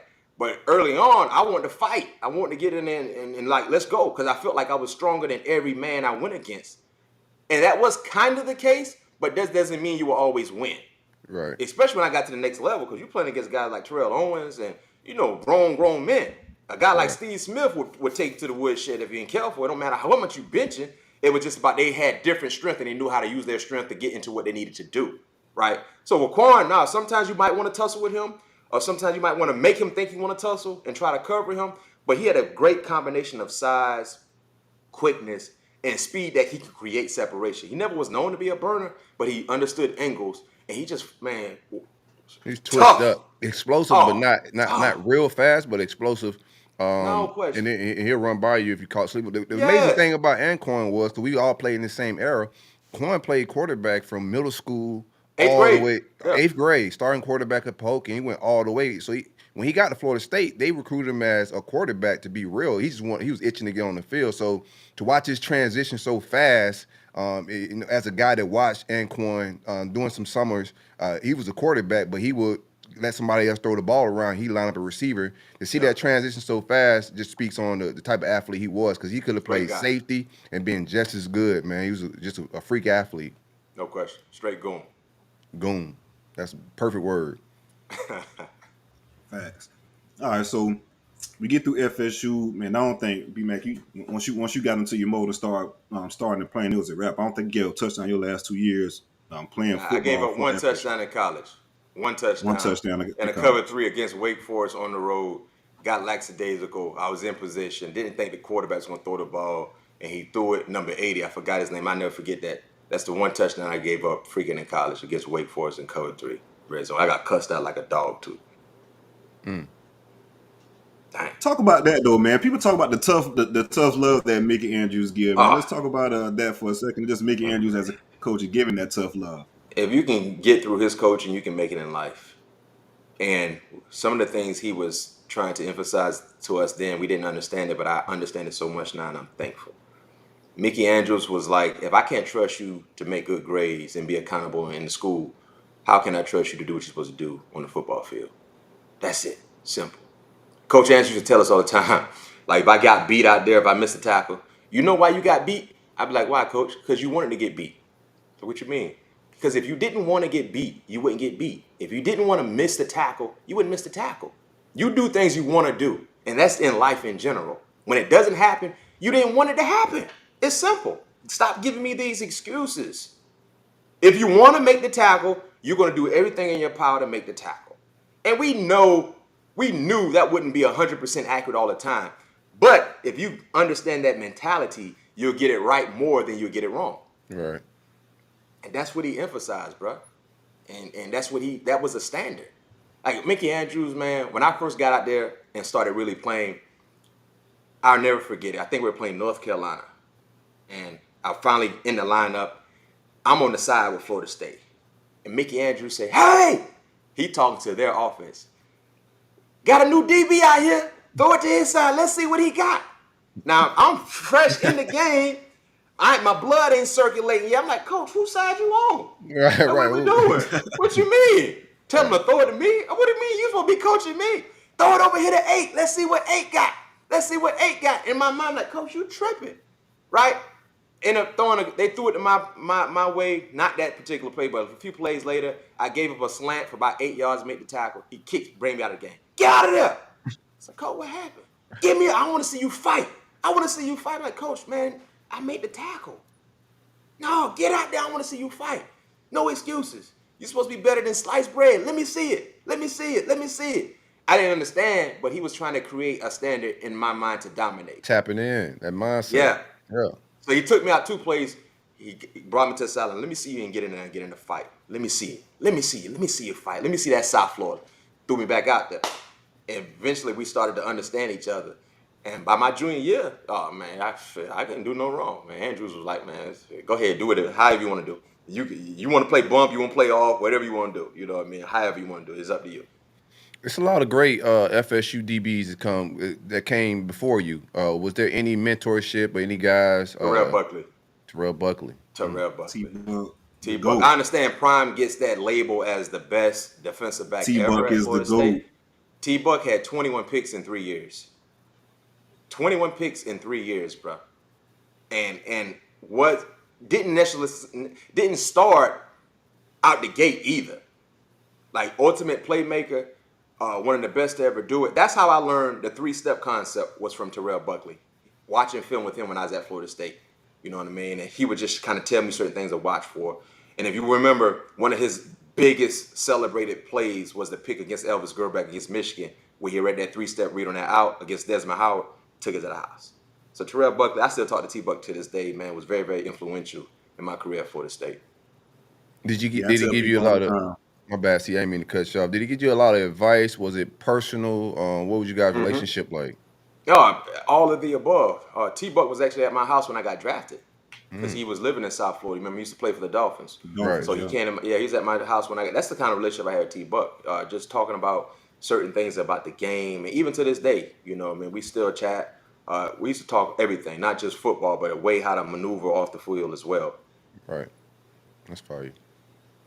No, I tell people all the time. I think T Bucket, he's the GOAT in regards to FSU by far. He still has the interception return record, NCAA, over 500 yards. Man, it's what he did at FSU was amazing. And that's saying a lot, with what Prime did previous to him. I agree. What's your most memorable game at FSU? You know, you played a lot of big time games. What game sticks out? What sticks out to you in your mind as far as a big time game at FSU? Even though it was a loss, my last game in Tallahassee, which was against Florida. We ended up losing that ball game, but I was fired up. I was on a whole nother level right then. I remember they had Jackson, receiver. What was it? Chad Jackson. Chad Jackson, Leak, Seatric Faison. They had some boys out there. But I was put Dallas Baker. But I put in work that game. I wanted to put in work. I know it was my last time playing in Dope. Just the memories, and unfortunately we lost. But for me, individually speaking, oh man, I put in some major work, man. And just knowing that was be the last time I ever laced it up in Dope County at night, Dope Campbell at night was probably something I take in as one of my best memories individually. Team wise, when we went to Notre Dame and we was the first team to ever shut out Notre Dame in South Bend. My junior year, 37-0. Man. Yeah, Crow went ham. Everybody went ham. I had the most tomahawk points the entire year out of everybody that year. That ball game, I went ham. Let's talk about that real quick. How I always wondered how do you guys get the tomahawks? What was the system in place for that? Positive things. Like you might get 5 points. Every 5 points, I think, warrants a tomahawk. I think that's how it was, either 5 points or 10 points. So let's say you get 3 points for a tackle, or a point for a tackle, or a knockdown, or a third down stop, fourth down stop. Those things like that, interceptions are huge. You get third down stops, is huge. So that game, I finished with I think I had either 58 tomahawk points or 63. So I balled out that game, and like I said, being the first team to ever shut out Notre Dame at home, that's something I was a part of. That's dope. Did you get a lot of stickers when y'all lost to Florida? That last game? I don't want to talk about that. Real quick, while we're talking like rivalry, you talked about that last game in Doak. But which stadium, which games you like more, and which stadium was more intimidating to go in rivalry-wise, Florida or the Miami game? I love Florida at night, especially when they crowd do the little side-to-side thing. Back when I played Miami, we always played, whatever y'all got. But Florida at night was always intense. But I like Miami. We play them daytime. And the Orange Bowl. And see, Miami lost a lot of their luster when they got rid of the Orange Bowl. That Orange Bowl was a home field advantage, especially when we were there. It was a primetime stage, and we always played them at 12 noon, bro. It used to be super hot. Oh my goodness, that was grown man football. But both stadiums presented different things that made them unique. And unfortunately for Miami, they don't have that no more. You know what I mean? Think about Florida not having the stadium there in Gainesville. You know what I mean? Think about how much that takes away from the advantage. Think about if we didn't have what we have at Doak Campbell right there in Tallahassee. You know what I mean? We got to go travel this place. No. And when they removed that Orange Bowl, that was the worst thing they could have done. If anything, they should have renovated it. Keep it up. Keep the structure in place, bro. Because, like the Garden, Madison Square Garden is not going nowhere. And it shouldn't. It shouldn't. The Orange Bowl, you see that thing? The city of Miami welcomes you to the Orange Bowl. Boy, you already know what time it is, boy. Somebody gonna get their jaw broke, or you gonna get yours broke. You know what I mean? And that's how it was. But them boys, the smoke don't hit the same no more. In Hard Rock Stadium, it's cigarette smoke now. Yeah, it don't hit the same no more. Them boys that come out of that thing in the OB. They had Newport smoke at the old joint, man. They got vape. Yeah, but for whatever reason, man, that should have been a monumental structure that will forever be in place. I agree. In my opinion. Agreed. I will tore it down and put a baseball stadium there. Come on, man. That nobody want to go to. Exactly. I'm happy they have those struggles now, though. Boy, I'm happy, right? I'm happy. Tell me about it. Well, let's fast forward to your draft process. Real quick, got KP here. Said that Orange Bowl was steel too. It wasn't concrete, so it rattled like crazy, and the sound was unreal. That's real too. Yeah, a lot of fans in there. Good point. Yeah. Let's talk about your draft process. You end up leaving FSU, going through your whole draft process. How was that like? What did you know training at pre-combine and stuff like that? Oh, it was great. I actually trained in New Orleans before Katrina with Tom Shaw, great Florida State guy as well. Tom Shaw, Tom Shaw. got me right. I actually thought I would probably be, anyway from late first, best case scenario to, somewhere in the second. Ended up going second. Clearly was a little disappointed. Got drafted to Pittsburgh. I'm like, man, I don't want to go to Pittsburgh. It's always gloomy and gray there. I don't want to go there. But one of the best things that ever happened to me, going to Pittsburgh and being able to accomplish what we were able to accomplish. Playing in 3 Super Bowls, winning 2. My first 4 years, I had 2 Super Bowl rings. You know what I mean? Man, I was batting 50% basically. Either I go to a championship game or I don't. And that's all I knew. I never experienced not having championship aspirations, like a lot of guys experience in part of other organizations. And even to this day, boy, they treat you like royalty. If you bring a Super Bowl to Pittsburgh, right? Oh my God, y'all ain't listen. I've been around a lot of football, major football, but them Steelers, the city, boy, you can do no wrong, boy. Yeah, man. Oh my goodness. Let me tell you how much they love football. I wasn't even a starter my rookie year. I had on my own TV show and my own radio show. Sprint told me as long as I would be a Pittsburgh Steeler, I'd never see a phone bill. I had a BMW deal. Anytime, even right now, I go to Pittsburgh. If I need a car, dealership got me one waiting on me. I wasn't even a starter. So just imagine the life of a starter. Right. So, man, I was making so much money off the field, bro. It was like, and I told him pay me cash. I said, give me mine in cash. I don't want to go check stuff. I don't want to go to that. Right. Well, my goodness. It was a Pittsburgh, bro. It was, when you out there, you rock. And I told Pat P, I said, Pat P, if y'all winning, boy, you ain't gonna never experience nothing like it. So I'm happy I was able to get to experience that. My football career is nothing but football royalty. Florida State being coached by Bobby and Mickey Andrews. Getting drafted to Pittsburgh Steelers being under Bill Cowher. Dick LeBeau. Right? Then Cowher leaves, in comes Mike Tomlin. Like, if I haven't learned anything from those guys, I'm a plum fool, as my uncle would say. A plum fool. So, yeah, I've been around football royalty, man, my entire adulthood life, going back from my college days to playing in the league. What was it like? What was it like? Real quick, I got one Go ahead. One specific question I know about that playoff game against the coach your rookie year. Just talk about that sequence and in my opinion, the greatest quarterback of all time, testing you on back-to-back plays. Just talk about that whole sequence in regards to that playoff game, because Pittsburgh and the Colts at that point in time was a big-time rivalry. Yeah, no doubt. Real quick, Jerome, we got the game locked up. Jerome fumbles. Big Ben finds a way to get Nick Harper down, and now the defense got to get it stopped. And I was the only rookie on the defensive side, and I knew Peyton was coming my way. I said, boy, if I can't screw this up, boy, I'm going to forever go down in history for the wrong reason. And when he came my way, we was in a fire zone, which is a man concept. It's me and Reggie. And I just remember Mickey Andrews' voice in my head, fight until the end of the whistle. Don't let your teammates down. The ball is up. I see it. I'm clawing. And if you look at Reggie's still trying to make a play on the pass. The next play, Peyton comes right back. I almost picked that one. It was a communication error between Reggie and Peyton. And I just like, those 2 plays, I didn't breathe. I didn't hear nothing. Like, everything was silent in the RCA Dome. That's how important, that's how big it was, how much pressure was on me. I just didn't want to let my teammates down, bro. And I didn't know how big that play was until later on, even to this day, because Jerome now has the opportunity of going into the Hall of Fame. He went into the Hall of Fame as a Super Bowl winning player. Bill Cowher goes into the Hall of Fame as a Super Bowl winning coach.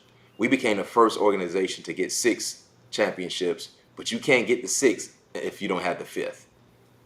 Those plays, being able to win that ball game, led to us getting the 5th championship, which was my first Super Bowl. So even to this day, people still talk about it, and I was just happy I did what I was supposed to do, especially being as a young rookie. Because a lot of people say, well, he's a rookie, he's supposed to give it that play. I didn't want to give it up, man. And now, like I said, people in Pittsburgh still appreciate that, and I appreciate them. You know what I mean? Because it was huge for me. One of the biggest plays ever in my football career, playing football ever in my life. That was one of the biggest things. No doubt. Yeah. I mean, you've lived a blessed football life, life in general. Played at Florida State, played for a legendary coach there, played for legendary coaches for the Steelers. What do you add? And your dreams came true by playing in the NFL altogether, going to Florida State, all that stuff, man. What do you do next in your life to add to your legacy? What's next for Man, keep doing Bryant what y'all McFadden? got. What you guys are doing. Talking football, creating avenues for other people that want to do the same thing you do, that I do. I don't work a day in my life. I have no complaints. I talk football, uh, being able to wake up, have good life, health, and strength. Even though things might not be all the way right, I only look at the positives in my life. That's what you're supposed to do. If you dwell on the negatives, negative things happen. When Already. things are not going the way you want them to go, if you only look at the negative things, guess what? You will always be in a negative place. There's good things going on in your life. And my job is to shine light on that when I talk football, when I showcase my enthusiasm and my excitement, just my passion. You know what I mean? So that's what I want to keep doing, talking ball, being able to entertain people, educate people, inform people. And I want people to want to look at me and listen to me talk. That means I'm doing my job. Most definitely. Man, I appreciate you, man. It's been a real dope conversation. And keep doing your thing on All Things Covered, man. I really enjoy listening, man. It's a dope product, man. No lie. Already, Man, man. I appreciate y'all boys having me, man. If y'all haven't subscribed to the podcast, if y'all South Florida guys, man, me and Pat P South Florida, man. You know what I mean? So give us a shot. But if you just like sports, man, in general, man, give us a shout. And like I said, man, you boys doing a good job. Next time, man, I got plenty more stories, so I got Yeah, full. I know, man. We got a lot we could have really Yeah, got into, man. I appreciate it. no I know question. the conversation was dope, man, but we'll definitely get you back on. But it was Yeah, for sure. 100% a pleasure. All right, thank you for having me. Take care, bro. All right. I appreciate y'all, fellas. All right, man. appreciate Have a you. good one, man. All right, let me know when you, y'all man. release this too. It's Already, already we got live you. now. We go cut it up and put it out Okay. pretty soon for the hard copy. All right, for sure. Thank you. All right, bro. Bryant Mcfadden, former FSU legend, second round pick for the Pittsburgh Steelers. Enjoy what Fatty he's doing. finna be in trouble with the whole team. All right, go get that pretty late. I was trying to try. I was like, oh man, bro, but he like to talk. Like it's dope. It's dope, man. We definitely got to have him back for a part two, so we can finish up. Yeah, because I was like, man, I No, got some he, stuff. he he told me about 12:30 latest. I think at 1:00. Oh, why he hit me back? He said what? Nah, bro, I ain't even been to my phone to be honest with you, Oh, dog. He'll be locked into these interviews, man. We didn't get to do an ad read in the beginning. It was kind of clunky. One time for the great folks at TakeAVayCay.com. Be sure to use coupon code Rollup at checkout for 15% off of all Delta 8 THC products. Hey, man, hang out with these folks, man. Good gummies, good vapes. They have gummies in the flavors of blue raspberry, kiwi, watermelon, and pomegranate.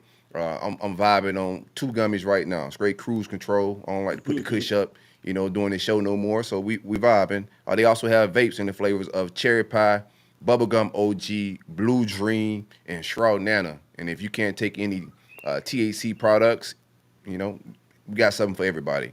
Natural, botanical, sleepy gummy.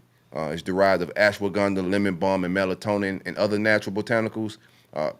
All this is federally legal to your mailbox, discreet packaging. The Jump Out Boys, the plug, you ain't got to worry about if he got something this weekend, if he out of town, it's Mother's Day, he might be chilling with his moms. You know how it go, man. He going to tell you on his way and he ain't going to show up. That's just what they do. But if you order it and take a vacay, it's going to be in that mailbox, man. tracking info and everything. All that. All that. No surprises. Oh, Let's man. get into some Big 3 talk, man. A lot of transfer portal shenanigans, a lot of recruiting updates. Where we at with it? Y'all want me to jump it off? Yeah, get it jumping, CJ. I'll follow you up, and then we'll run in that order. Nah, I got you. It's been a pretty eventful weekend for FSU. Some transfer portal news. Let's start off with Jalen Key. He ended up committed to Alabama. It was down to FSU in Alabama for his final choice. Local kid, but ended up sided with Saban. Saban it was a pretty tough decision, but I guess just getting coached by Saban, the development they've been doing, their DBs as of late made them side with Alabama. Pretty solid loss for FSU as we only have 4 scholarship safeties, with 2 of them being true freshmen. But yeah, Jalen Key ended up going to Alabama. I felt like it'd have been a perfect fit for that Jamie Robinson role. But they do have a junior college safety on campus in Ashlyn Barker. And I'm not gonna lie to you, man. I had peeped this film. I was bullish on even watching the film for a long time because I wasn't really too keen on it. But seeing seeming for our need for safety, decided to watch the film. The film wasn't actually that bad. Pretty solid film. And FSU was pretty high on him in regards to his official size on the official visit. Around 6'2", 200 pounds, looked pretty good in person. But yeah, just looking at his film, he's a pretty solid player. And I did some What's his backstory? Cause I seen there was like more information on his recruitment and why it got off to a slow start. Yeah, so his first year playing football was like his junior year altogether. Then his senior year, COVID hits. Doesn't have a football season. His senior year 2020. Long story short, 21 and 22 he goes JUCO. Here we are now. So I think if the kid, he's from Columbus, Georgia as well, junior college out in Iowa. I think if the kid would have actually, gotten the ball a little bit early and played, had a full senior year and a full recruitment, that type of deal, I'm not sure where he would have went, but I do believe he'd have been a D1 player for sure. Right. Where that would have been, I'm not exactly sure, but I do think he was kind of robbed of the process. And we kind of talked about this, in previous podcasts a couple of years ago, just about, those kids doing that. A lot of those kids doing that COVID year, getting washed out and going JUCO, and you kind of find some gems in the JUCO ranks. This could be one. We're going to see how it plays. I do think he's going to. Well, not do think. I know for a fact. I'm not going to say no for a fact. I'm pretty confident. Yeah, you can't say that, right? I'm pretty confident. Pretty confident. Double backs in less than 2 seconds. Yeah, you got to, but you can't say 100% nowadays, bro. So I'm pretty confident that he does. Hell yeah, be on the jam screen. We're pretty confident that he does end up coming to FSU and enrolling. So, but as far as how his prospects transfer to FSU, we have to see. But I do like his film, and I do think he'd be a good depth piece because we need it pretty badly now with only 4 scholarship safeties, with 2 of those being true freshmen. So that's what we got as far as the official visits from the JUCO and transfer portal ranks. Keon Coleman, he had official visit to Ole Miss over during the week. It's an Ole Miss FSU battle. It could go either way with this one. To be honest with you, I think Ole Miss did a really good job of selling whatever they sold to them. So it could go either way. And it's crazy because Ole Miss is saying, you said what now? Yeah, that's all they produce over there. Receivers, man. They had a good little string. Yeah, Lane to get you the ball offensively. Who's cuz play for Seattle? DK Metcalf. And even the slot receiver that and went second round to the Jets. Even I think yeah. So they on the little streak. Yeah, but and it's crazy because it's a kid from I forget his name. Excuse me, guys, but it's a transfer portal receiver from Texas San Antonio. Kid had like 1,500 receiver yards and like 12 touchdowns last year. Like a really good player. And it's crazy because Ole Miss and FSU is kind of they're recruiting the kid, but waiting to see exactly first what Coleman does as far as his decision before they pursue any further with the official offer and set up an official visit like this. So it's interesting that both sides are keeping that receiver kind of lukewarm, just depending on what Keon Coleman does. But we'll see. I think his decision could come out this weekend. Bold strategy, Cotton. Yeah, bold strategy. What you leaning to today? I got him penciled in at Ole Miss, man. Well, I'm leaning today. I think it's a toss up. Man, I'll probably say 51% Ole Miss, 49 FSU. I think Ole Miss did a really good job NIL wise, and he was also, they say, was throwing like 1 a.m. with dart or whatnot. Yeah, it's a wrap, bro. But no, if he was smart, I mean, I think FSU would be the note. For if I'm Coleman, it'd be FSU for me personally. I think NIL would be okay at FSU. And just what you could do in that offense and not be the main focus on offense. You could do so much more in one-on-one matchups, and also just from a team standpoint, I don't think Ole Miss is going to compete at all in the SEC West. But again, kids do it for different reasons, so we'll see how it plays out. Yeah, they said it was some rumors on the shout out to my man Kevin Bolden, that used to work at UF. Now he does some off the field stuff at Ole Miss. They feel good about his recruitment, but there was somebody on the message board that he said he told his brother to pack up the U-Haul, like we good, shut down the other visits. We ain't going to Texas A&M, nothing else to see here. Yeah, Lane brought out the Brinks truck, bro. I think it's. I hope so. You know what I'm saying? No, that's why it's the belly scene, bro. I don't like that. I don't like that shit, bro. I don't need Keon. Y'all was too excited, bro. I don't need y'all to land nothing like that, bro. Nah, real talk. We would have got him out of been lying like a motherfucker. Yeah, especially since we wasn't even in it. That's heartbreaking. So yeah, I really do hope he go to Ole Miss as well. But I like him a lot though. He a big body, 6'3", 6'4", 210, physical guy. think it'd be a good weapon for each one. But hopefully, I know Trav ass when going out there throwing that motherfucker at 1 a.m. though. You got better things to do during these days. Yeah. Didn't y'all just get my man qualified? Who? Finally? Oh yeah. I was gonna jump into that Before we get oh, to my bad. Yeah. My take on Key is this, right? I think Key is a good football player, but I think his height was more about what was available. I really don't think and you guys do need, bodies in depth, and it's only two upperclassmen in that room, and you got 2 true freshmen. But I think a lot of the hype around him, even Bama's interest, is about what's available. Key. Yeah. But it's crazy that even Bama was fucking interested in the first place. Like they safety room on paper looks pretty damn straight. That's so that was what I've been saying. Yeah, it was interesting to see they was even reaching out at that point in time. I know the true freshman, the 5-star they got on this past cycle, he looked pretty good. When I was hearing, it's just weird that Bama, because they had like 5 or 6 safeties, that was pretty, solid as far as rankings and things like that. So somebody got to go. Now, somebody in the comments had said after he committed, it was like, "Oh, we just got our gunner on kickoff." I mean, you got to start somewhere. And that's crazy though, because he would have been the player for us. So he'd have been the actual, he'd have been a big piece in the rotation for us. And over there, I hope he pans out. But I mean, again, the pitch. You go to house money with Bama. Yeah, like I say again, the pitch. They're gonna be able to sell. DBs they done got to the league. Yeah, they done a great job with that. That man was posting the boat on Lake Tuscaloosa. Saban's cars and all. And Ferraris. I said, boy, it is a wrap, man. Norvell got that slingshot, bro. He got 2 Ferraris. Ain't much to see here, man. He said they done pull a slingshot up out of there, man. Money is up, man. Oh yeah. That slingshot was dead. Money is up. Told you the body shot burned down. Played fast, didn't it? The slingshot was the hottest thing for like 3 minutes. It was a one-trick pony. Yes, sir. Now, Mike used to Memphis level of recruiting. He didn't know in the big boy leagues they got Ferraris and shit in the garage.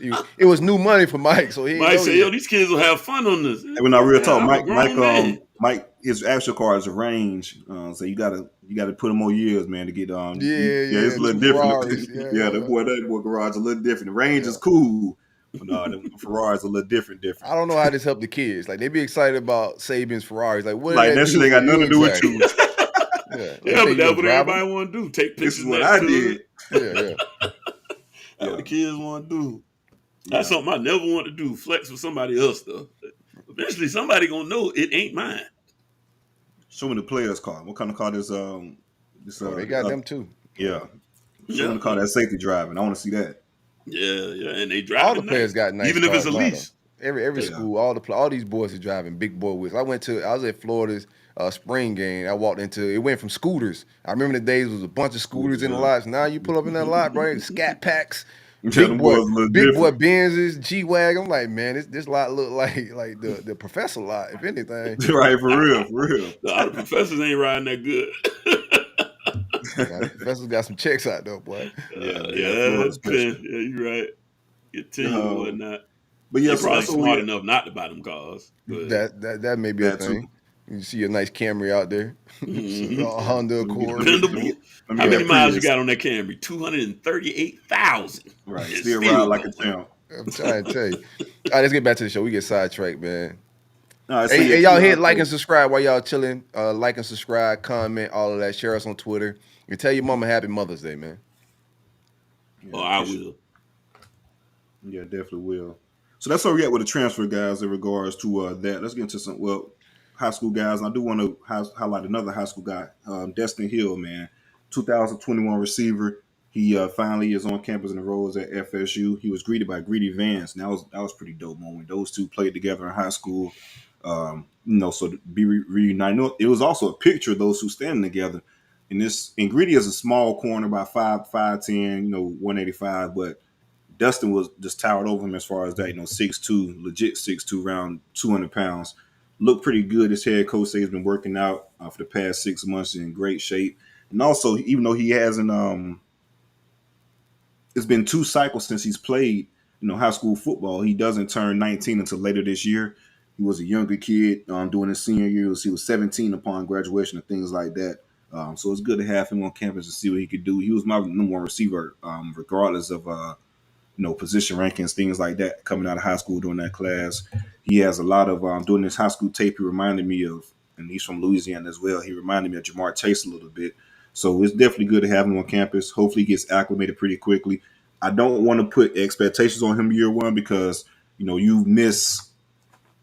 Am I frozen on y'all now? Yeah. Not vocally though. Go ahead.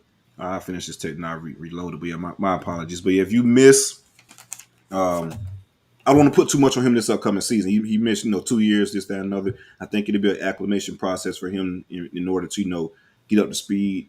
If he does play off the rip and produce, I won't be surprised because the talent is there. But just as me is putting expectations on guys that just get on campus, I don't want to do that too. I don't do that at all, really, especially for someone that hasn't played high school ball in 2 years. So I think it'll be a acclimation period for sure. But the talent is definitely there. Give him a nickname, man. Get a guy a nickname, bro. He's definitely got some destiny in his name, in his life, all that together, man. And I think a marketable name, but it's definitely a lot of destined, that's like type vibes for him to go. It's easy. Like I think I don't know if it was you that tweeted it, CJ, but it's easy. And I've seen guys not qualify. You guys stay at home at the crib. This happened with Devin Hester as well. It panned out for Devin, but a lot of guys come home that 1 year and get caught up in the local, he had 2 years, but he didn't. So shout out to percentages, bro. I'm not exactly sure what the issue was. It was personal nature. I got a little clue to, but I want to put that information down. Yeah. But no, he's been okay to pad. He's just had to go through missions, all that type of stuff. He's been in Louisiana working out this past 6 months and things like that. But yeah, so you made a good point, man. Like, if you don't sign initially, man, the percentages are fucking low for you to get on damn campus, dog. Real low. We're talking about 2 years move out. On, bro. Yeah. And I would shout out to Mike and those guys. I'm pretty sure Destin had to hold up on stuff on his end in regards to this whole process, to finally get the FSU, working out, whatever it may be. He had to hold up on his portion of the deal. But shout out to Mike and those guys for sticking with this kid throughout this whole process and not. I tell you, he like Mullen, bro. This is like the one black thing. Yeah, black. That's pretty much Norvell Mullen, man. Like, yeah, man. I'm telling you, bro. Sometimes my takes be like real and be trolls. But yeah, man, I appreciate them boys, sticking by him throughout the whole process, man. I'm excited to have him on campus, man. He was my guy, man. So definitely some good news to have him on campus and some needed depth as well as far as the receiver room. What is your receiver room? I know you guys were out there, and you still after the receiver. You were after Keon Coleman. We're still waiting on his decision. You guys are after the receiver out of UTSA. I think we made some contact with him as well. I don't know how far we are in trying to pursue him in the portal. But what do you guys' wide receiver room look like? I know we got Johnny Wilson. There's a lot of hype around him. Destin Hill. What do you guys' starting core looks like? And so the starting receivers will probably be the starting three. It'll be a Keytron Portier, the receiver out of South Florida. He came on late during the season last year. Going to have time to shine now that we kind of pokey exhausted his eligibility. Winston Wright, the transfer receiver from West Virginia, who sat out with Savannah. Yeah, via Savannah, man. Shout out to the 912, man. Y'all been showing love to FSU lately. You talk Larion, all Savannah players on this show, man. Right, man.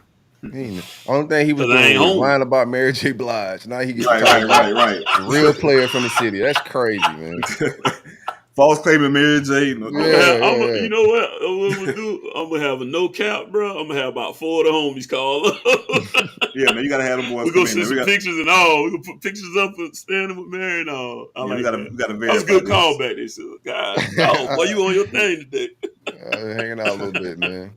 But yeah, Keytron's going. I think Keytron Winston Wright, like also my Winston Wright, the transfer from West Virginia. He broke his leg last year. He was our number one, the most prized guy out of the portal last year as far as receiver ranks last year. So we got Winston Wright and of course Johnny Wilson. Those are the starting three that we'll put out there. So they definitely want to add another receiver. They're really high on Doug Williamson, 21. My apologies. Darian Williamson, they're really high on him. Rare cert sophomore. Mike said he has all the talent in the world. Could be, first round type of talent, but he's been injured at FSU. Hasn't been able to stay out of the tub. So same thing with spring practice. He started out spring practice real strong, and then had some little nagging injuries that caused him to miss the rest of spring practice. So if he could actually get healthy and put it all together, he could be a big time player. But the potential is there, but at the same time, man, you gotta put that shit on the field at some point in time, right? You gotta do it. So Absolutely. that's why they kind of after Keon Coleman and the Texas San Antonio receiver. If Coleman decides to go to Ole Miss, just to shore up some things, and adding Dustin as well makes the room a lot more better. Got Hakeem Williams, who I don't think can play that much this year. Vandrevius Jacobs, he's the guy I think will play. That true freshman, he's going to be damn good. Like he came on the scene, spring practice and made a lot of plays. I think Dre is going to be a player. Just a matter of when for him. So that's what the receiver room was looking like overall for FSU. Get into some high school kids that we had on campus. Kylan Fox, the 4-star tight end, he was on campus again this weekend. Did state that he has an official commitment date. It's going to be July 4th. Just talk about the relationship he has with FSU and Landon Thomas as well, the tight end commit. They're the 5-star tight end commit. They're really close friends. So they want to, it'd be cool to play together on the college level since, all throughout the years they've been kind of, competing against each other. He said he has 3 official visits scheduled. He has one to UCF, Miami, and FSU in that order. The FSU official visit will be June the 23rd, and that's FSU's big official visit weekend when all the commits like Luke, Cam Davis, Landon Thomas, etc. will be on campus. So you can kind of read the tea leaves with that. I do expect Kylan Fox to be a Knoll on July 4th once he commit. That's pretty much all I got, man. So yeah, it'll be nice little UCF, FSU, and Miami battle. Nice little take Manny to the woodshed. Not Manny, shit. My bad. Take Mario to the woodshed a little bit. Get that done. Oh, we got a lot of tight ends on board. He was up there. I don't know if he's still at the very top, but I do like the kid personally. Yeah. No, that's all I got though, bro. But yeah, it'll be if you can get those 2 tight ends, man. Yeah, that's a great haul. That's a great fucking haul. I want to give Coach Thompson his flowers. And shout out to Chris Thompson, the tight end coach. He's done a fucking great job for the transfer portal and the recruiting ranks. When they got Jaheim Bell and Morlock out of the transfer portal, and you tie that in with Kylan Fox, possibly, and Landon Thomas flipping him from Georgia, big time, man. I do expect that tight end room has been flipped. I do expect doing this next after the season. I do expect a lot of tight ends to exit. I'm not gonna lie to you after the season, just by all the talent they're bringing in, getting better in the recruiting ranks. Yeah, they told me Georgia's still bothering that boy. Oh yeah, they won't land him bad. They still hit him up. Pulled up on him. Yeah. What's up, little bro? They still him, bro, for sure. Yeah, they definitely. I know that ain't who I think it is. Georgia won, they're gonna get him. That's my take on that. I gotta hate a little bit, man. If Georgia won, they're gonna get him, CJ. No, I hope not, bro. But no, like I said, the thing with that though, it was more so the timing of it too, because he was committed to FSU previously. He was an FSU fan coming up, so winning and stuff like that helps that. So I think we're good there due to the simple fact that he always wanted to rock with FSU. If that makes sense. Yeah. So long as y'all don't blow it this year on the field, right? He'll stay true. Big expectations for Florida State this year. We'll see what happens, man. Yeah, y'all got some high expectations for yourselves. The standard is the standard, baby. We're gonna see. The standard is the standard. When it all falls down. Where we at? You done, see? Yeah, I'm done. Y'all got it, fellas. All right. Before I get into my Gator talk, one time for the great folks at State Farm, Alan Horne Insurance. Be sure to visit AlanHorneInsurance.com or give them a call at 706-692-2888. If you're in the states of Florida, Georgia, Tennessee, or Alabama and need insurance for your home, auto, life, trailer, and that's a hitch trailer, not a mobile trailer that you may live in, but a trailer you may put your motorcycle on.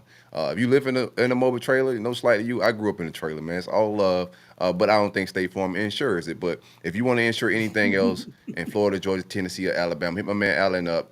Not only a sponsor on this show, but also a guy from the Big Three culture. Grew up a Florida State fan in the Panhandle. His parents went to Florida State. He ended up going to University of Florida, pitched, played baseball there. Played for the Yankees, and now he's doing this insurance thing and rocking with the Rollup, man. So show that boy some love, man. 6'9". We gotta have my bad. Go ahead. Alan, we gotta have a conversation about what happened with Mike Martin in that situation, bro. We gotta talk.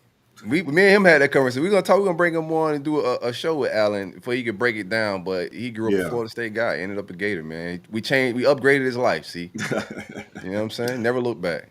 I like it. My bad. Yeah, go ahead. Give him the number again. My bad for the Oh no, yeah, 706-692-2888. All right, man. When we get into my Gator, I'm gonna get my whips out of the way first, man. You know, Antonio Carter was the one yesterday. I had him penciled in the class. I ain't gonna lie to you. If he would have made it to campus, because he's from Florida, if he would have made it to campus for the visit, I liked our chances. Where's he from? He's living like up north now, right? Rhode Island. That's right. Yeah, he's a Rhode Island transfer. I'm forgetting. I think he's from the Orlando area. Oh, really? Okay. He's within an hour within the city, man. So it was going to be a close one. He visited Notre Dame right before he was about to visit LSU. He had LSU supposed to be on campus actually yesterday and today at LSU, and was supposed to arrive at University of Florida tomorrow on Monday. We started getting whispers behind the scene that he never showed up to LSU. So I'm just like, I ain't thinking it's Notre Dame. I'm like, all right, shit. Well, we really cooking here. You know what I'm saying? He canceled Kentucky when we offered. So I was just like, all right. And then he had an article. He reached out to On3, Corey Bender, and those guys and said Florida was his dream school. And, it would be, a thing to come back home. You know what I'm saying? Maybe in the cards. So I'm just like, he canceled LSU. I'm thinking that's my biggest threat. So I'm just like, all right, no LSU. And this, last visit, we about to vibe out. I'm at the studio yesterday kicking with these boys, and I'm wondering why I'm getting notifications as we're leaving. And I see, man, Irish kept recruiting. Irish landed his commitment after he left that visit. And I said this previous shows, when I get a transfer on campus, I want to close right then or I don't feel good. If a transfer leaves me, he's going to another campus to check out some stuff. I feel okay, but I don't really feel that great about where I'm at in his recruitment. So Notre Dame kept recruiting, and he never got to our campus. And a lot of his reading the post-commit articles, of course, depth chart had a lot to do with it. I thought we needed him at safety. While I'm Howell Miguel Mitchell, we brought in R.J. Moulton from Michigan. The room's full, and I like my freshman class, Castleton and all those guys, and Thornton. They all sound like they're making strides in spring. I expect both of those guys to play early, even if it's just special teams. Kamari Wilson is a guy that I think may be shifted to linebacker. So that's why I wanted this get Antonio Carter more than maybe some other guys, because just hearing behind the scenes, there may be a shift in what Kamari Wilson, what he brings to the table, and where they may put him at position-wise. I wanted maybe a veteran guy to come in and give my freshmen some more time, to adjust to the collegiate level. But we'll see where we at with it. There's a safety out of Louisiana Monroe, one of Billy's old guys. We'll see if we could get into his recruitment. He's a smaller. He's not as big as 5'9", right? He's 5'9". One of the most productive guys. Highest PFF score as a safety in the portal. But he's one of those smaller guys that Billy brought on at Louisiana at the time for a walk-on. But right now he's graded out as one of the best players on the team. So that's a possibility. I don't know if we formally offer him, trying to get him on campus, where we at with it.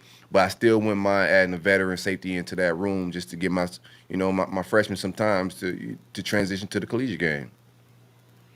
Billy wasn't. It's not Monroe, is it? What's that? Lafayette. Lafayette. I keep saying Monroe. Man, that was whooping my ass yesterday. I kept trying to figure out Lafayette and Monroe. Okay, I can never remember Reggie Vickers too, though, man. Yeah, ULM was a school that was recruiting me, so sometimes I get lost in the sauce of just saying, whenever I say Louisiana Monroe, it just rolls off the tongue. Yeah. Anywho, so I thought that was a whiff for me. Right now, my safety room, like I said, is Bryce Thornton, Jordan Castell. Both of those guys are freshmen. Miguel Mitchell's a guy that I think is the best in the room. Before R.J. Moulton. Right now, R.J. Moulton, like I said, he's the most experienced guy. That was a good get in the portal. I think it's going to solidify some things. But and the other guy in the safety room was Jamarcus Weston, a position change from wide receiver. So a big miss. I'm not going to make light of it, but just because I know the vision of the room. And it's not detrimental, but would have solidified some things. I was going to talk a little greasy about my secondary if we could have got him. Love this film. We did land an offensive lineman in the portal, Lindell Hudson Jr. This is a guy that transferred from FIU to USF in the transfer portal, but didn't actually make it to campus yet. So he was still in limbo, a guy that we could still recruit. He hadn't signed anything. So after the Josh Simmons miss, the guy from San Diego State that ended up committing to, I'm forgetting who he committed to now. Somewhere out west. Oh man, cannot remember. I remember you bringing the kid up before, but yeah, I forgot about him. Yeah, didn't make it to campus, but he ended up committing somewhere else. So this was a good, I want to call it, because that's what everybody's saying, deaf piece, but this is a guy that got 1 year. And at the position he's playing, he played tackle. We're bringing him in as a right tackle. We brought in Keontae Goodwin from Kentucky and Damian George from Alabama. Those two guys were competing for in the spring. I think he joins that mix. I know both of those guys, especially Damian George, is a guy that can slide inside and play some guard as well. So a good piece. He could be a starter. I'm not going to call him a deaf piece or anything like that. We're bringing in guys. We'll see what Michael Mazuka, he missed spring. The Baylor transfer because of an injury. We'll see where he at when camp kicks back off. But much needed piece. Do like his wingspan. He got 22 starts at FIU. Clearly, he was transferring to USF to anchor down their tackle position. Good get, good find. To find a guy that signed and committed somewhere, but not actually solidified. Let's get to some high school recruiting, man. Jamari Howard, decommitted from Michigan State. I know we've been talking about his recruiting a lot on this show. Oh yeah, I mentioned that too. Yeah. Yeah, right. he decommitted from Mel Tucker and the guys out there. We've been waiting on that a little bit, and it finally happened. He has an official visit set up with Florida for June 2nd right now, our big weekend when PJ DJ flying into town. He'll be there that weekend. But what you guys say? I know it's a big 3 battle for him. Let's check in. No, I think it's a big 2 battle. Yeah, I think it's a big 2 battle. FSU and Florida. I think they're trying to schedule him for the official visit for later in that month. But yeah, I think it's a big 2 battle. What about you, Larry? Are you guys? I heard things was heating up a little bit. I actually, I don't know if I got official. I have to comb back that list again. We had a big visitor weekend. I believe he was on campus. I can't 100% confirm that though, but because it was kind of weird. The decommitment came while we got all this heat on the campus. I could check on that, but I don't want to 100% say that. But I do believe I was told he was on campus. Kind of around the time when that decommitment came. So I asked, I don't know if I ever got any word back. I asked if they felt like the heat was turning up a little bit on them. So I don't know if we out of it just yet. I remember Wilt Farm saying that when he came through that it was y'all 2 guys.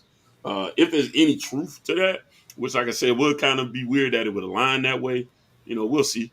But even if that be the case, then I would kind of accept that right now we're running 3rd, regardless if he did decommit while on campus or not. It's probably just a decision of he understood ultimately he didn't want to go. That was what happened regardless, yeah. Yeah. So it's like, what was the hold up? Ultimately I don't want to go out to Michigan State. So, Yeah, he about to take these official visits, and anything can happen on an official visit, so I might as well clear the runway for Brother Mel, man, just in case I get to Gainesville and they making it do what it do out there. You know what I'm saying? But yeah, he's a interesting prospect. I think talented kid, man. Definitely got the frame you want. He's my second favorite corner within the state of Florida. I got him up there, man. 6'2" guy, like a 6'8" wingspan, something crazy. He's how you want to build a DB these days. Long, rangy, super athletic, track kid. Yep. All the intangibles, gotta love it. 4-star linebacker Jamonte Waller, one of our top defensive targets. He narrowed his list to 10 Saturday. Us, Alabama, Auburn, Georgia, LSU, Mississippi State, Ole Miss, Penn State, Tennessee, and Texas A&M. He's going to official visit us June 16th. His other official visits he'll be going to Auburn on June 2nd, Penn State on June 9th, and Georgia on June 23rd. That should be an interesting recruitment to follow. I like our linebacker room right now. We got 2 elite guys. We could take our time and be a little picky with the 3rd. We'll see where we at with it, but Jay Bateman is in his bag. It's absolute duffel. People wanted him fired last year. They thought he was slacking, but he'll kill on that trail. We'll see if we can keep him another cycle because I know he's a coveted coach, former DC. But right now, gotta love it. We just also made an offer this week. I thought it was a good move. We're a little early on this. Mainland out of Daytona, they got 3 killers out there. Right now, we're the only program to offer all 3 of these guys. Isaiah Shine with the ladies that we offered, 6'2", 180-pound athlete they got him as. We're recruiting him as defensive back. Right now, the only offers, his major Power 5 offers are Ole Miss, Kentucky, Maryland, Oregon State, West Virginia, Iowa State, Georgia Tech, and now us. He's teammates with Zay Mincy and defensive back Zay Mincy and defensive lineman L.J. McCray. I know the big 3 are recruiting all 3 of these guys. We're the only program right now. I think we leave for Zay Mincy. Think L.J. McCray is a guy that's going to come down to Florida State, another Big 2 battle. We'll see where we at with that one. But right now, we're the only program. I think that's a good move. I think, if we could get one, it could be a domino effect there a little bit. But I would love to get all 3 of those guys. Whenever you could get a bunch of guys from a good program like Mainland, a good groups of guys like that, and they're all talented, you're not just giving away offers to land the other kid. That's just good stuff for the program. So we'll see what we have in their recruitment. Shout out to my boy Travis Rowland, man, the Mainland head coach, man. We had him on the show a little while ago. So shout out to Trav. Speaking of DB, let me just talk about that DB board, because Jordan Pride did commit to Texas A&M. We talked about him on this show as well. So safety, I think we're bringing in 3 this cycle. We brought in 3 or 4 last cycle, so this is a year. We already have Fiasame, Xavier Fiasame, 5-star defensive back out of Texas, originally from Orlando, but we have him committed. Zay Mincy is a top 5 safety in the country. I think we lead for him right now, so we could possibly have 2 top 5 safeties in the country. That 3rd spot, I wanted Jordan Pride for that, but he made his way out to Jimbo in Texas A&M. Would have loved to have 3 guys in the top 10 safeties in the country. That's an incredible room, but we get 2 top 5. The rest of that room is the Justin Denson kid out of Rhode Island. We spoke about him, 6'2", rangy guy, plays a little corner, plays a little safety, super athletic. Alabama, Notre Dame, Ole Miss, Oklahoma, Michigan State, Kentucky, Penn State. Some schools that enter his recruiting, so it's getting a little murky. He's trying to settle. He said we lead, and he's setting up a visit for June. Hopefully it's the 2nd when we got PJ DJing on campus. We'll see what's up with it. But I like him at safety. Marquavius Saber. And this is a guy that my man Grimes hit me up about a couple months ago, saying that the kid not committed. He didn't say that. Saying the kid visited and he was feeling Florida a lot, like Corey Raymond. And that's when I got hip to who he was. And I was trying to figure out the safety board, seeing where he was at on it. Just speaking to the staff lately after the Jordan Pride thing, I think right now he has a committable offer. We'll see where we at with it. And he's a guy I think is going to skyrocket a little bit. But right now, the competition is Ole Miss, Kentucky, Missouri, Arkansas, Mississippi State, and Indiana. That's what I got for my safety board right now. We'll see where we at with it after the summer. But that 3rd position, I think, is between Marquavius Saber and Justin Denson. Mario Carver, just speaking of just guys that have offers, Mario Carver has a not somewhat of a committable offer. We lead for him right now, and I think we can get him to pull the trigger when we want to. But he himself said that we lead, but Auburn is pressing more. So that may shift. I know our wide receiver board is nationwide. With a quarterback like DJ Lagway, you got to survey the entire land and try to get the best receivers you can for that arm. So when it's all said and done, I don't think Mario Carver makes this class. I think he ends up at Auburn. Right now on commit watch for the summer. Summer's going to heat up. I got, it's commit season. We're winding down May, heading into June. This is when the class is going to start getting solidified, and you build up before that fall kickoff. But I got Tampa Catholic wide receiver TJ Moore on commit watch. I have Zay Mincy, who I just spoke of, Kendall Jackson, defensive lineman out of Buchholz, Gainesville, Dalen Evans, a 5-star defensive lineman, currently committed to Texas A&M. I got him on flip watch. He's coming that weekend of June 2nd. And that June 2nd weekend, let me just give you a rundown of that real quick, and then I'll close out and let Larion do his thing. But right now it's Jeremiah Smith, DJ Lagway, Darius Hayes, Jamari Howard, Jalen Crawford, Chris Jones, Ethan Callaway. Jordan Ross is the guy who I got on I would love to get in this class. I got him on somewhat a commit watch as well. A 4-star edge rush out of Birmingham, Alabama. Isaiah Williams, who's already committed. He'll be on campus as well. Kendall Jackson, the defensive lineman I just spoke of, and Josiah Davis. That's our big weekend. I look for a lot more elite names to get added to that June 2nd weekend. That's when we're gonna try to make most of our fireworks go off. If they don't happen in that exact date, I expect them to get some verbals behind the scenes. Leading up to and after the June 2nd should be a lot of action for the University of Florida. Big foul in the way, man. Y'all better hope. I like that Jeremiah Smith is pulling up. You got to be in it to win it. You got a guy like Lagway. We're gonna see what they do. I think he has a lot of chemistry. I said before on the show he has that Tebow, that Jameis Winston energy. He has that type of. We can see what happened on these visits. We can see if we can get some guys to flip from Brian Hartline and whatnot. I'm gonna talk crazy if we do. My boy Eric, who's Ohio State quarterback? What's the Ohio State quarterback commit name? Larion, you should know. Yeah, he know him. Oh, okay. Aaron Nolan. Aaron Nolan. Yeah, Aaron said he got something to say about that. But that is interesting to get him on campus though, to say the least. Yeah, that's cool, man. Like and subscribe. Yeah, he said he get them QBs to the league, man. I can't be mad at little bro. Do your thing. We got Big Judd. We ain't even tripping.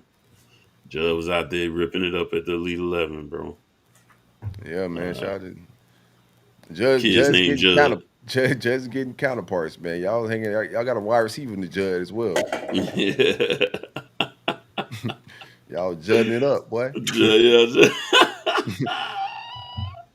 Yo, who's like, man, let's name him Judd. That's just a crazy, come on. Let's put our heads together. Judd. That's a wild name.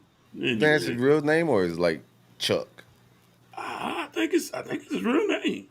It's an incredible real name, bro. I'll look into it, but I've never seen it. Because usually they'll like stylize it, with like the quotation marks or something. But I never seen it as nothing but Judd, man. But we shall see. Quite a bit of transfers for us, man. Since the last time we convened. So we got we helped fill out some needs as a cornerback room. We got commitment from Jadaeus Richard, the cornerback from Vanderbilt. He's a kid from out of Louisiana, 6'2", right, just shade under 200 pounds. Good frame kid. Got to watch a little bit of his stuff. I went back and looked at some of the Florida game because it just gave me Gabby told you feeling. That's why you went and did it. Huh? Because Gabby told y'all he got a pass breaker up against, the GOAT. Oh, nah. I had to check it out. The GOAT. And you enter AR's name. Man, shout out to the top 5 in Gator quarterback. Shout out to the nastiness of this. You entered this guy's name into a tweet of a Vanderbilt transfer, bro. They got through for like 400 and some yards that game. And why are you mentioning this guy, bro? Did he really? He really did throw for like 400. Bro, like, what are we talking about here? Oh, that's true. It's nasty work, bro. That was. This used to be, a proud profession to be in, man. Being a journalist, bro. Like, look what they doing to it. That's a little bit of that trolling, man. It's a little, like you said, sprinkling into the culture. It can't help itself. Right. But I do all in all think it's a good get. Likewise, a guy he's familiar with. I won't call them friends per se, but they're definitely familiar with. Played in the same area as in Louisiana. AJ Allen was a freshman running back for Nebraska last year. He ended up getting hurt fairly early in the season, and ended up decided, like most people, that what the hell am I doing out here in these cornfields? I got to go. So I did watch his high school tape. I really like his elusiveness a lot. I think he's a guy who really has some moves. A lot of times when I watch, some of these kids' films, it's like, you see a lot of them just run away from everything real fast, and I'm like, well, he's definitely faster than everybody. But sometimes I don't know who they're playing up against. But I really, really liked his open field move. So the guy that definitely has an opportunity. The thing with our running back room is I do believe there's, quote unquote talent there, but like we say, is your availability. And I don't have a guy that I just know is going to be a rock there. So, you come in and you take a hack at it and see what you can do. I think he was also a solid pickup there. Tyler Harrell, grown man that transferred from Louisville to Alabama. And that boy pay taxes. They better all be paying taxes with NIL. But can you imagine the ass whooping some of these kids gonna take when they find out they ain't pay what they supposed to pay? Yeesh. Oh. Man, I've heard a few players. I'm not gonna say any name, but I've heard a few players say, "Man, I worry about them when I get to the league, man." That's what I That's do. the thing. Everybody think that, unless and then you don't make it to the league, or don't go the round you think you're gonna go. You gotta know yourself, then. I get it. No, I mean, I would have said the same thing when I was a kid. As a young guy, I've been thinking the same exact thing. Well, the person that told me that was right, because I feel you. it hit. End up going before the third, fourth, and fifth round. For sure. Yeah, he's only got a year left of eligibility. You take him. There's not much harm there. We did need some explosion. Needed to add some explosion there. Me and CJ was kind of talking a little bit at the studio yesterday. I mean, pretty much a one-trick pony, but that was one trick we don't feel like we got in the arsenal. You bring him on in, and if that's all he's going to be able to add to the room for us, it does add an element that is missing. So, I'm not getting excited about that particular take, but I think the upside's enough, and the 1 year guy's not clogging up the pipeline too long. Just so he could add something to the room that we've been missing. We also took a transfer from this one is ULM, the Warhawks. Anthony Campbell, 6'7", 280-pound kid, playing defensive tackle. So we finally got that size. We've been trying to, go-kart package. Yeah, to upgrade the go-kart package. Watch that go-kart package gonna be eating. Like go-kart go. So bigger guy. Again, this is to me. I'll be honest with you. The numbers don't jump out at me. It's just the size. So hopefully they can get him coached up and he'll be able to be a big contributor. Yeah, I don't. He obviously takes the body type of like Daryl Jackson. I'm not saying I think he's that, but I thought Daryl Jackson needed some more development as well before he came to us, and it worked out pretty good. So we'll see how that plays out. I believe he has 2 years of eligibility left, if I'm not mistaken.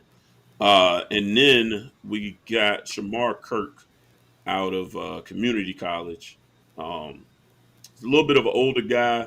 He's 22 actually, because he took 2 years off from football. God damn. Hold on, man. We just got finished talking about Chris Winkie. And I say goddamn by Chris too, but damn, what? JUCO and took 2 years off? Yeah, man. He got a family. I can tell. He got child support, all type of shit going on. I can tell, boy. Got to try to get to the league.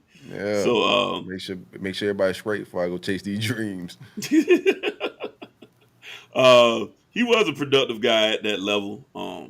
We had some luck with Young.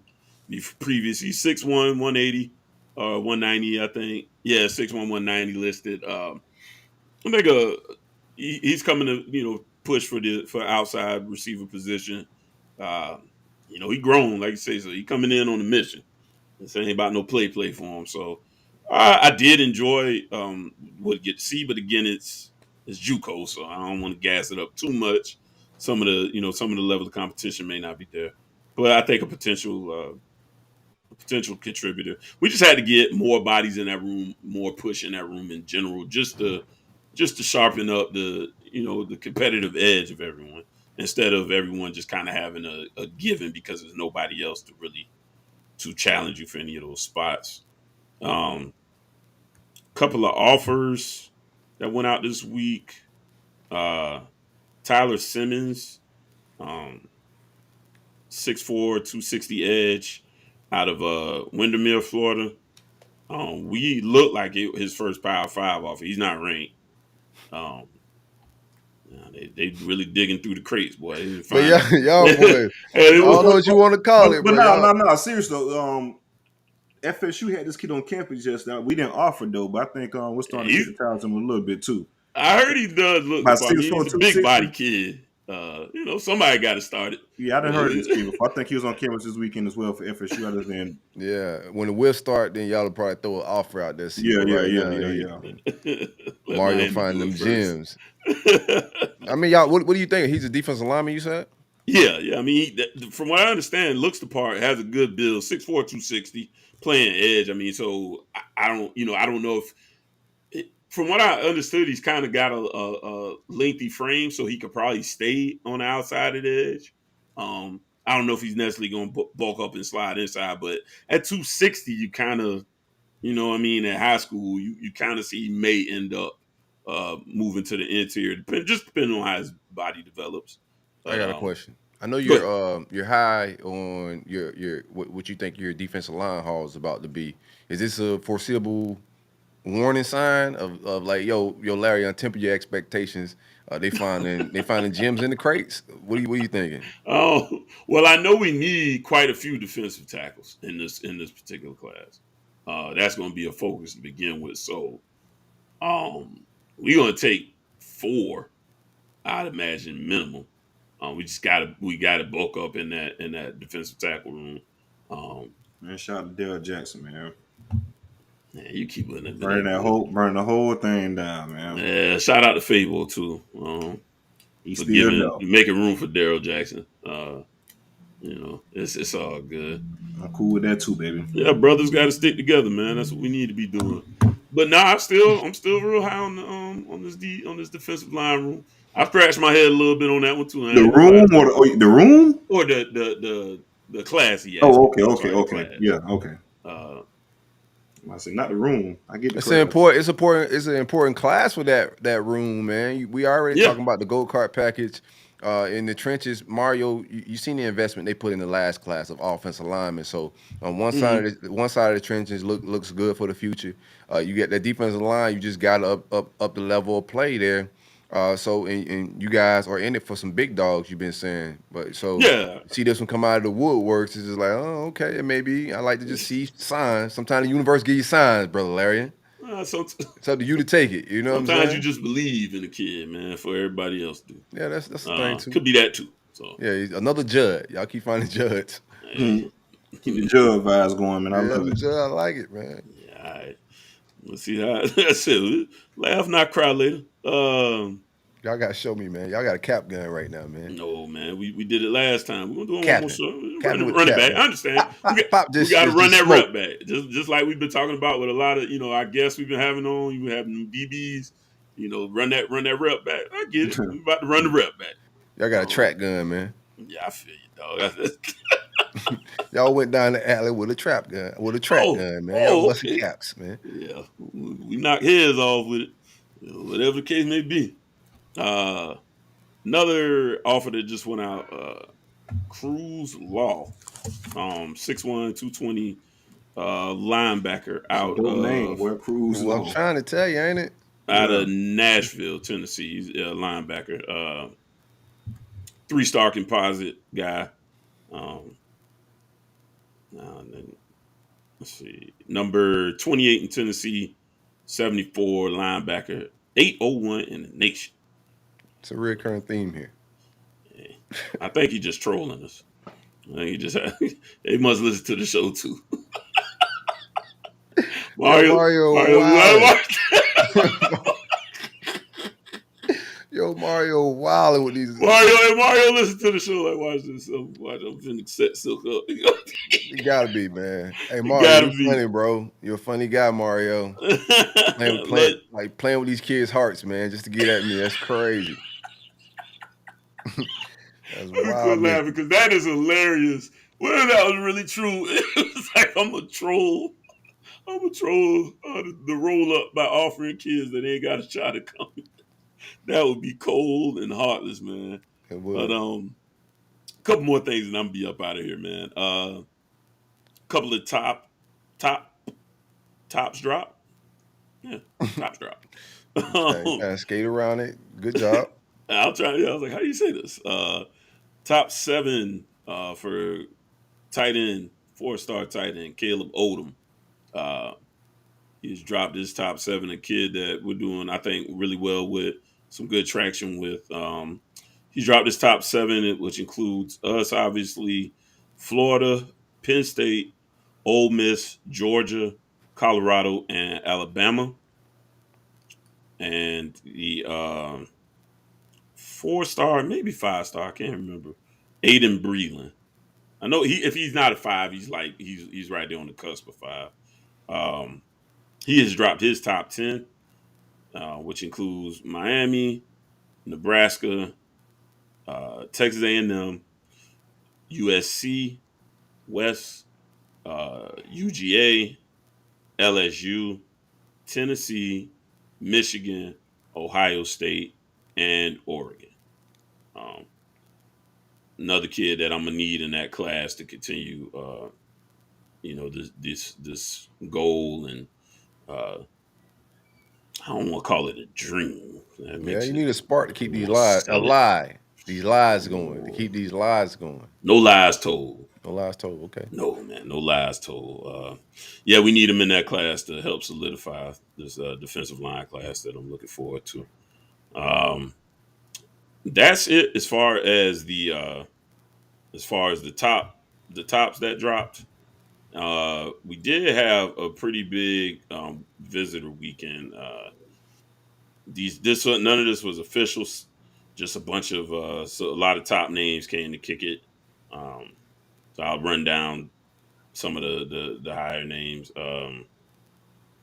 Well, I'll give you just wasn't names. Chris Wheatley Humphrey, commit, obviously, running back. Safety Isaiah Thomas came through.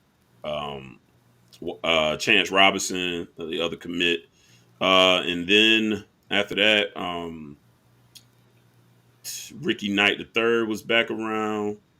Jalen Jackson, guy that we've been talking about lately, at defensive lineman out of IMG. Ellis Robinson IV, Georgia commit. Dylan Stewart, a 5-star edge, came through. 5-star David Stone was back on campus again. The aforementioned Caleb Odom is back around. Jalen Hayward, Georgia commit, that seems to have been, flirting with the program quite a bit. I think we're making some traction with him as well. He was back on campus, obviously. Zaquan Patterson. He's a kid that I like, and I think likes Miami, but I'm kind of getting the understanding and the vibes that he may just be looking to leave home. But if we could kind of rope him in, would be a great get at safety, like his. So, we'll see if we can kind of convince him to stay home, or if he decides to maybe take it on the road out there to Michigan, Ohio State, one of those deals. Top 247 cornerback Jalen Crawford. TJ Lindsey, a defensive lineman. His recruitment's been picking up a little bit, all in all. I want to say he might have been around Florida or Florida State as well recently. I'm not 100% sure on that, but a kid his name's starting to rise up the ranks a little bit. And let's see who else we got on here. Wide receiver Amari Jefferson, and let's see, one I'm forgetting. Top 247 athlete LaWayne McCoy, Florida State commit. He came back around, so he still ain't decommit just yet.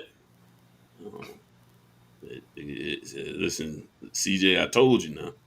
Because y'all got him on campus. I knew that was going to.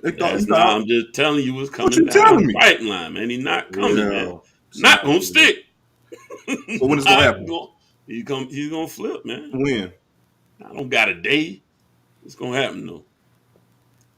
Put me down for the I flip. keep telling, bro. You guys show me there's a cap gun, bro. Until y'all bust, No. y'all ain't hit nothing yet, man. Y'all just Like he was on campus before he committed. We knew he was gonna be on campus after he We committed. ain't gonna flip him. He just was here, man. I'm telling you, I don't have dates. You better hope before the season. Better hope it before the season, because as the games get played, then Right, you can't play your way out of this. right. Is that so? Oh, that I is so. don't think so. All right. Well, neither one of y'all talking. I don't know what you finna pull up with. You like Sis said, y'all got all the expectations in the world, and I got all the expectations. Y'all gonna fall right on your damn face. Just tell all Lil this Wayne. hype. I know Lil Wayne to be in Doak in November. I know that. Okay. Hey, He gonna see. come swing through. He gonna see what's real in person. Then we can put it that way. Anyways, man, I just like saying Lil Wayne McCoy because it get you all riled up, Gets the man. people going. It gets them going. That's why I say them for laugh. As soon as I said it, he goes shaking his head. God damn it. Y'all say y'all held. They say y'all held them hostage to get the y'all kidnapped them, CJ. So yeah, man. Right, they say we kicked Mama mad as hell. Mama is steaming out with them people, and he's still committed. Yeah, sounds about South Florida. You don't want to just I was about to say you know how that go, not a game go, but he been over 24 hours. Mama know where the hell he was at. Yeah, he's up and left. I done told you about talking about that man Mama. You on the B-Mac moon? That's what y'all said. I didn't know you be talking about that man Mama like she. That's what y'all said. The Mama know. You hear this, Lil Wayne? Yeah, how he coming at your mother?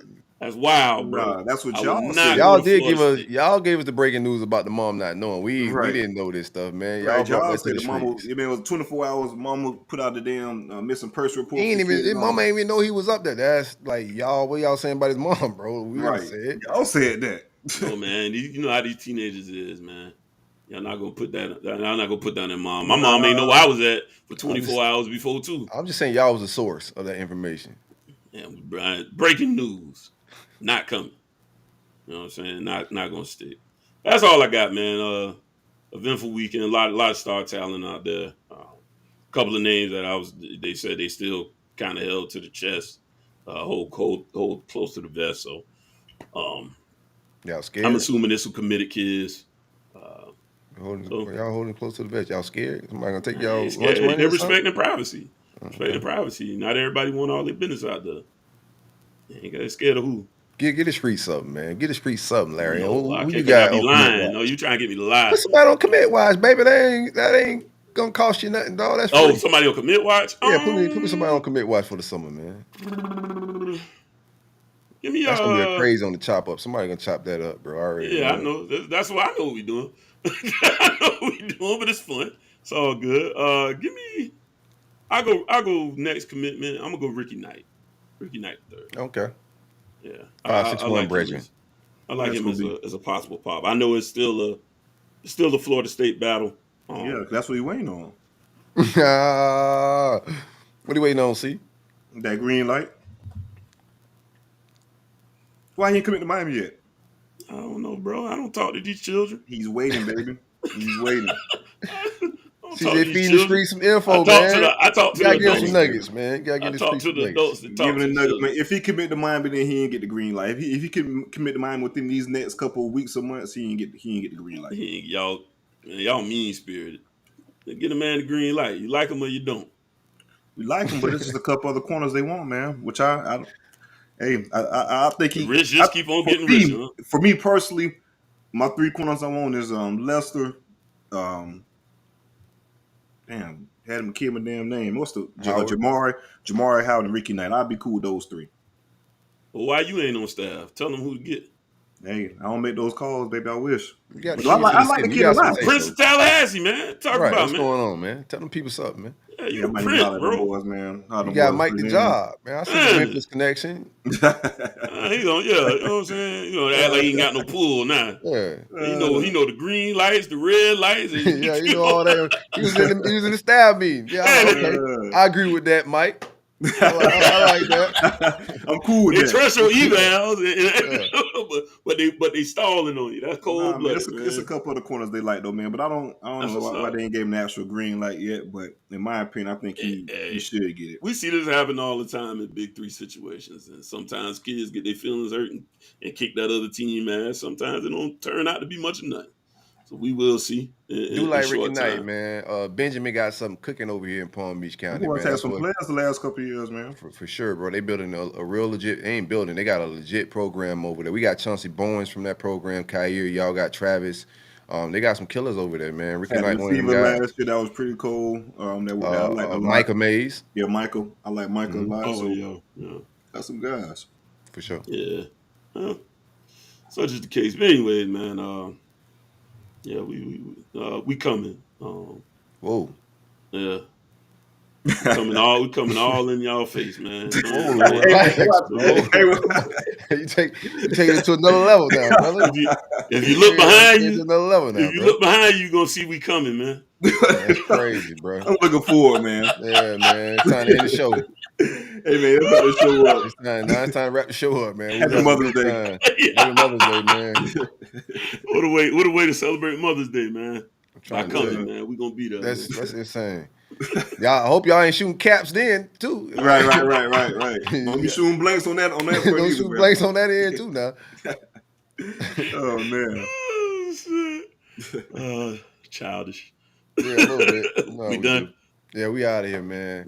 Hey, it's the Rollup Advice. We appreciate y'all for hanging out with us on Mother's Day. We about to clip this up and share it with the people. Tell a friend to tell a friend. Man. Beautiful interview, man.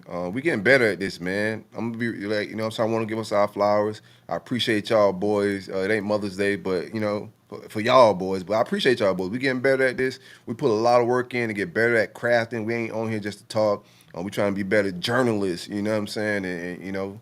And combine all this, it takes chemistry and energy. We ain't just on here talking. Like, we got to mesh this, talk a little trash, get some good information out. And I think we're doing a good job and we're getting better every day at it. Facts. 100%. Appreciate that, brother. Already. Like, subscribe, man. We out of here, man. It's the Rollup, it's the vibes. Peace. Love.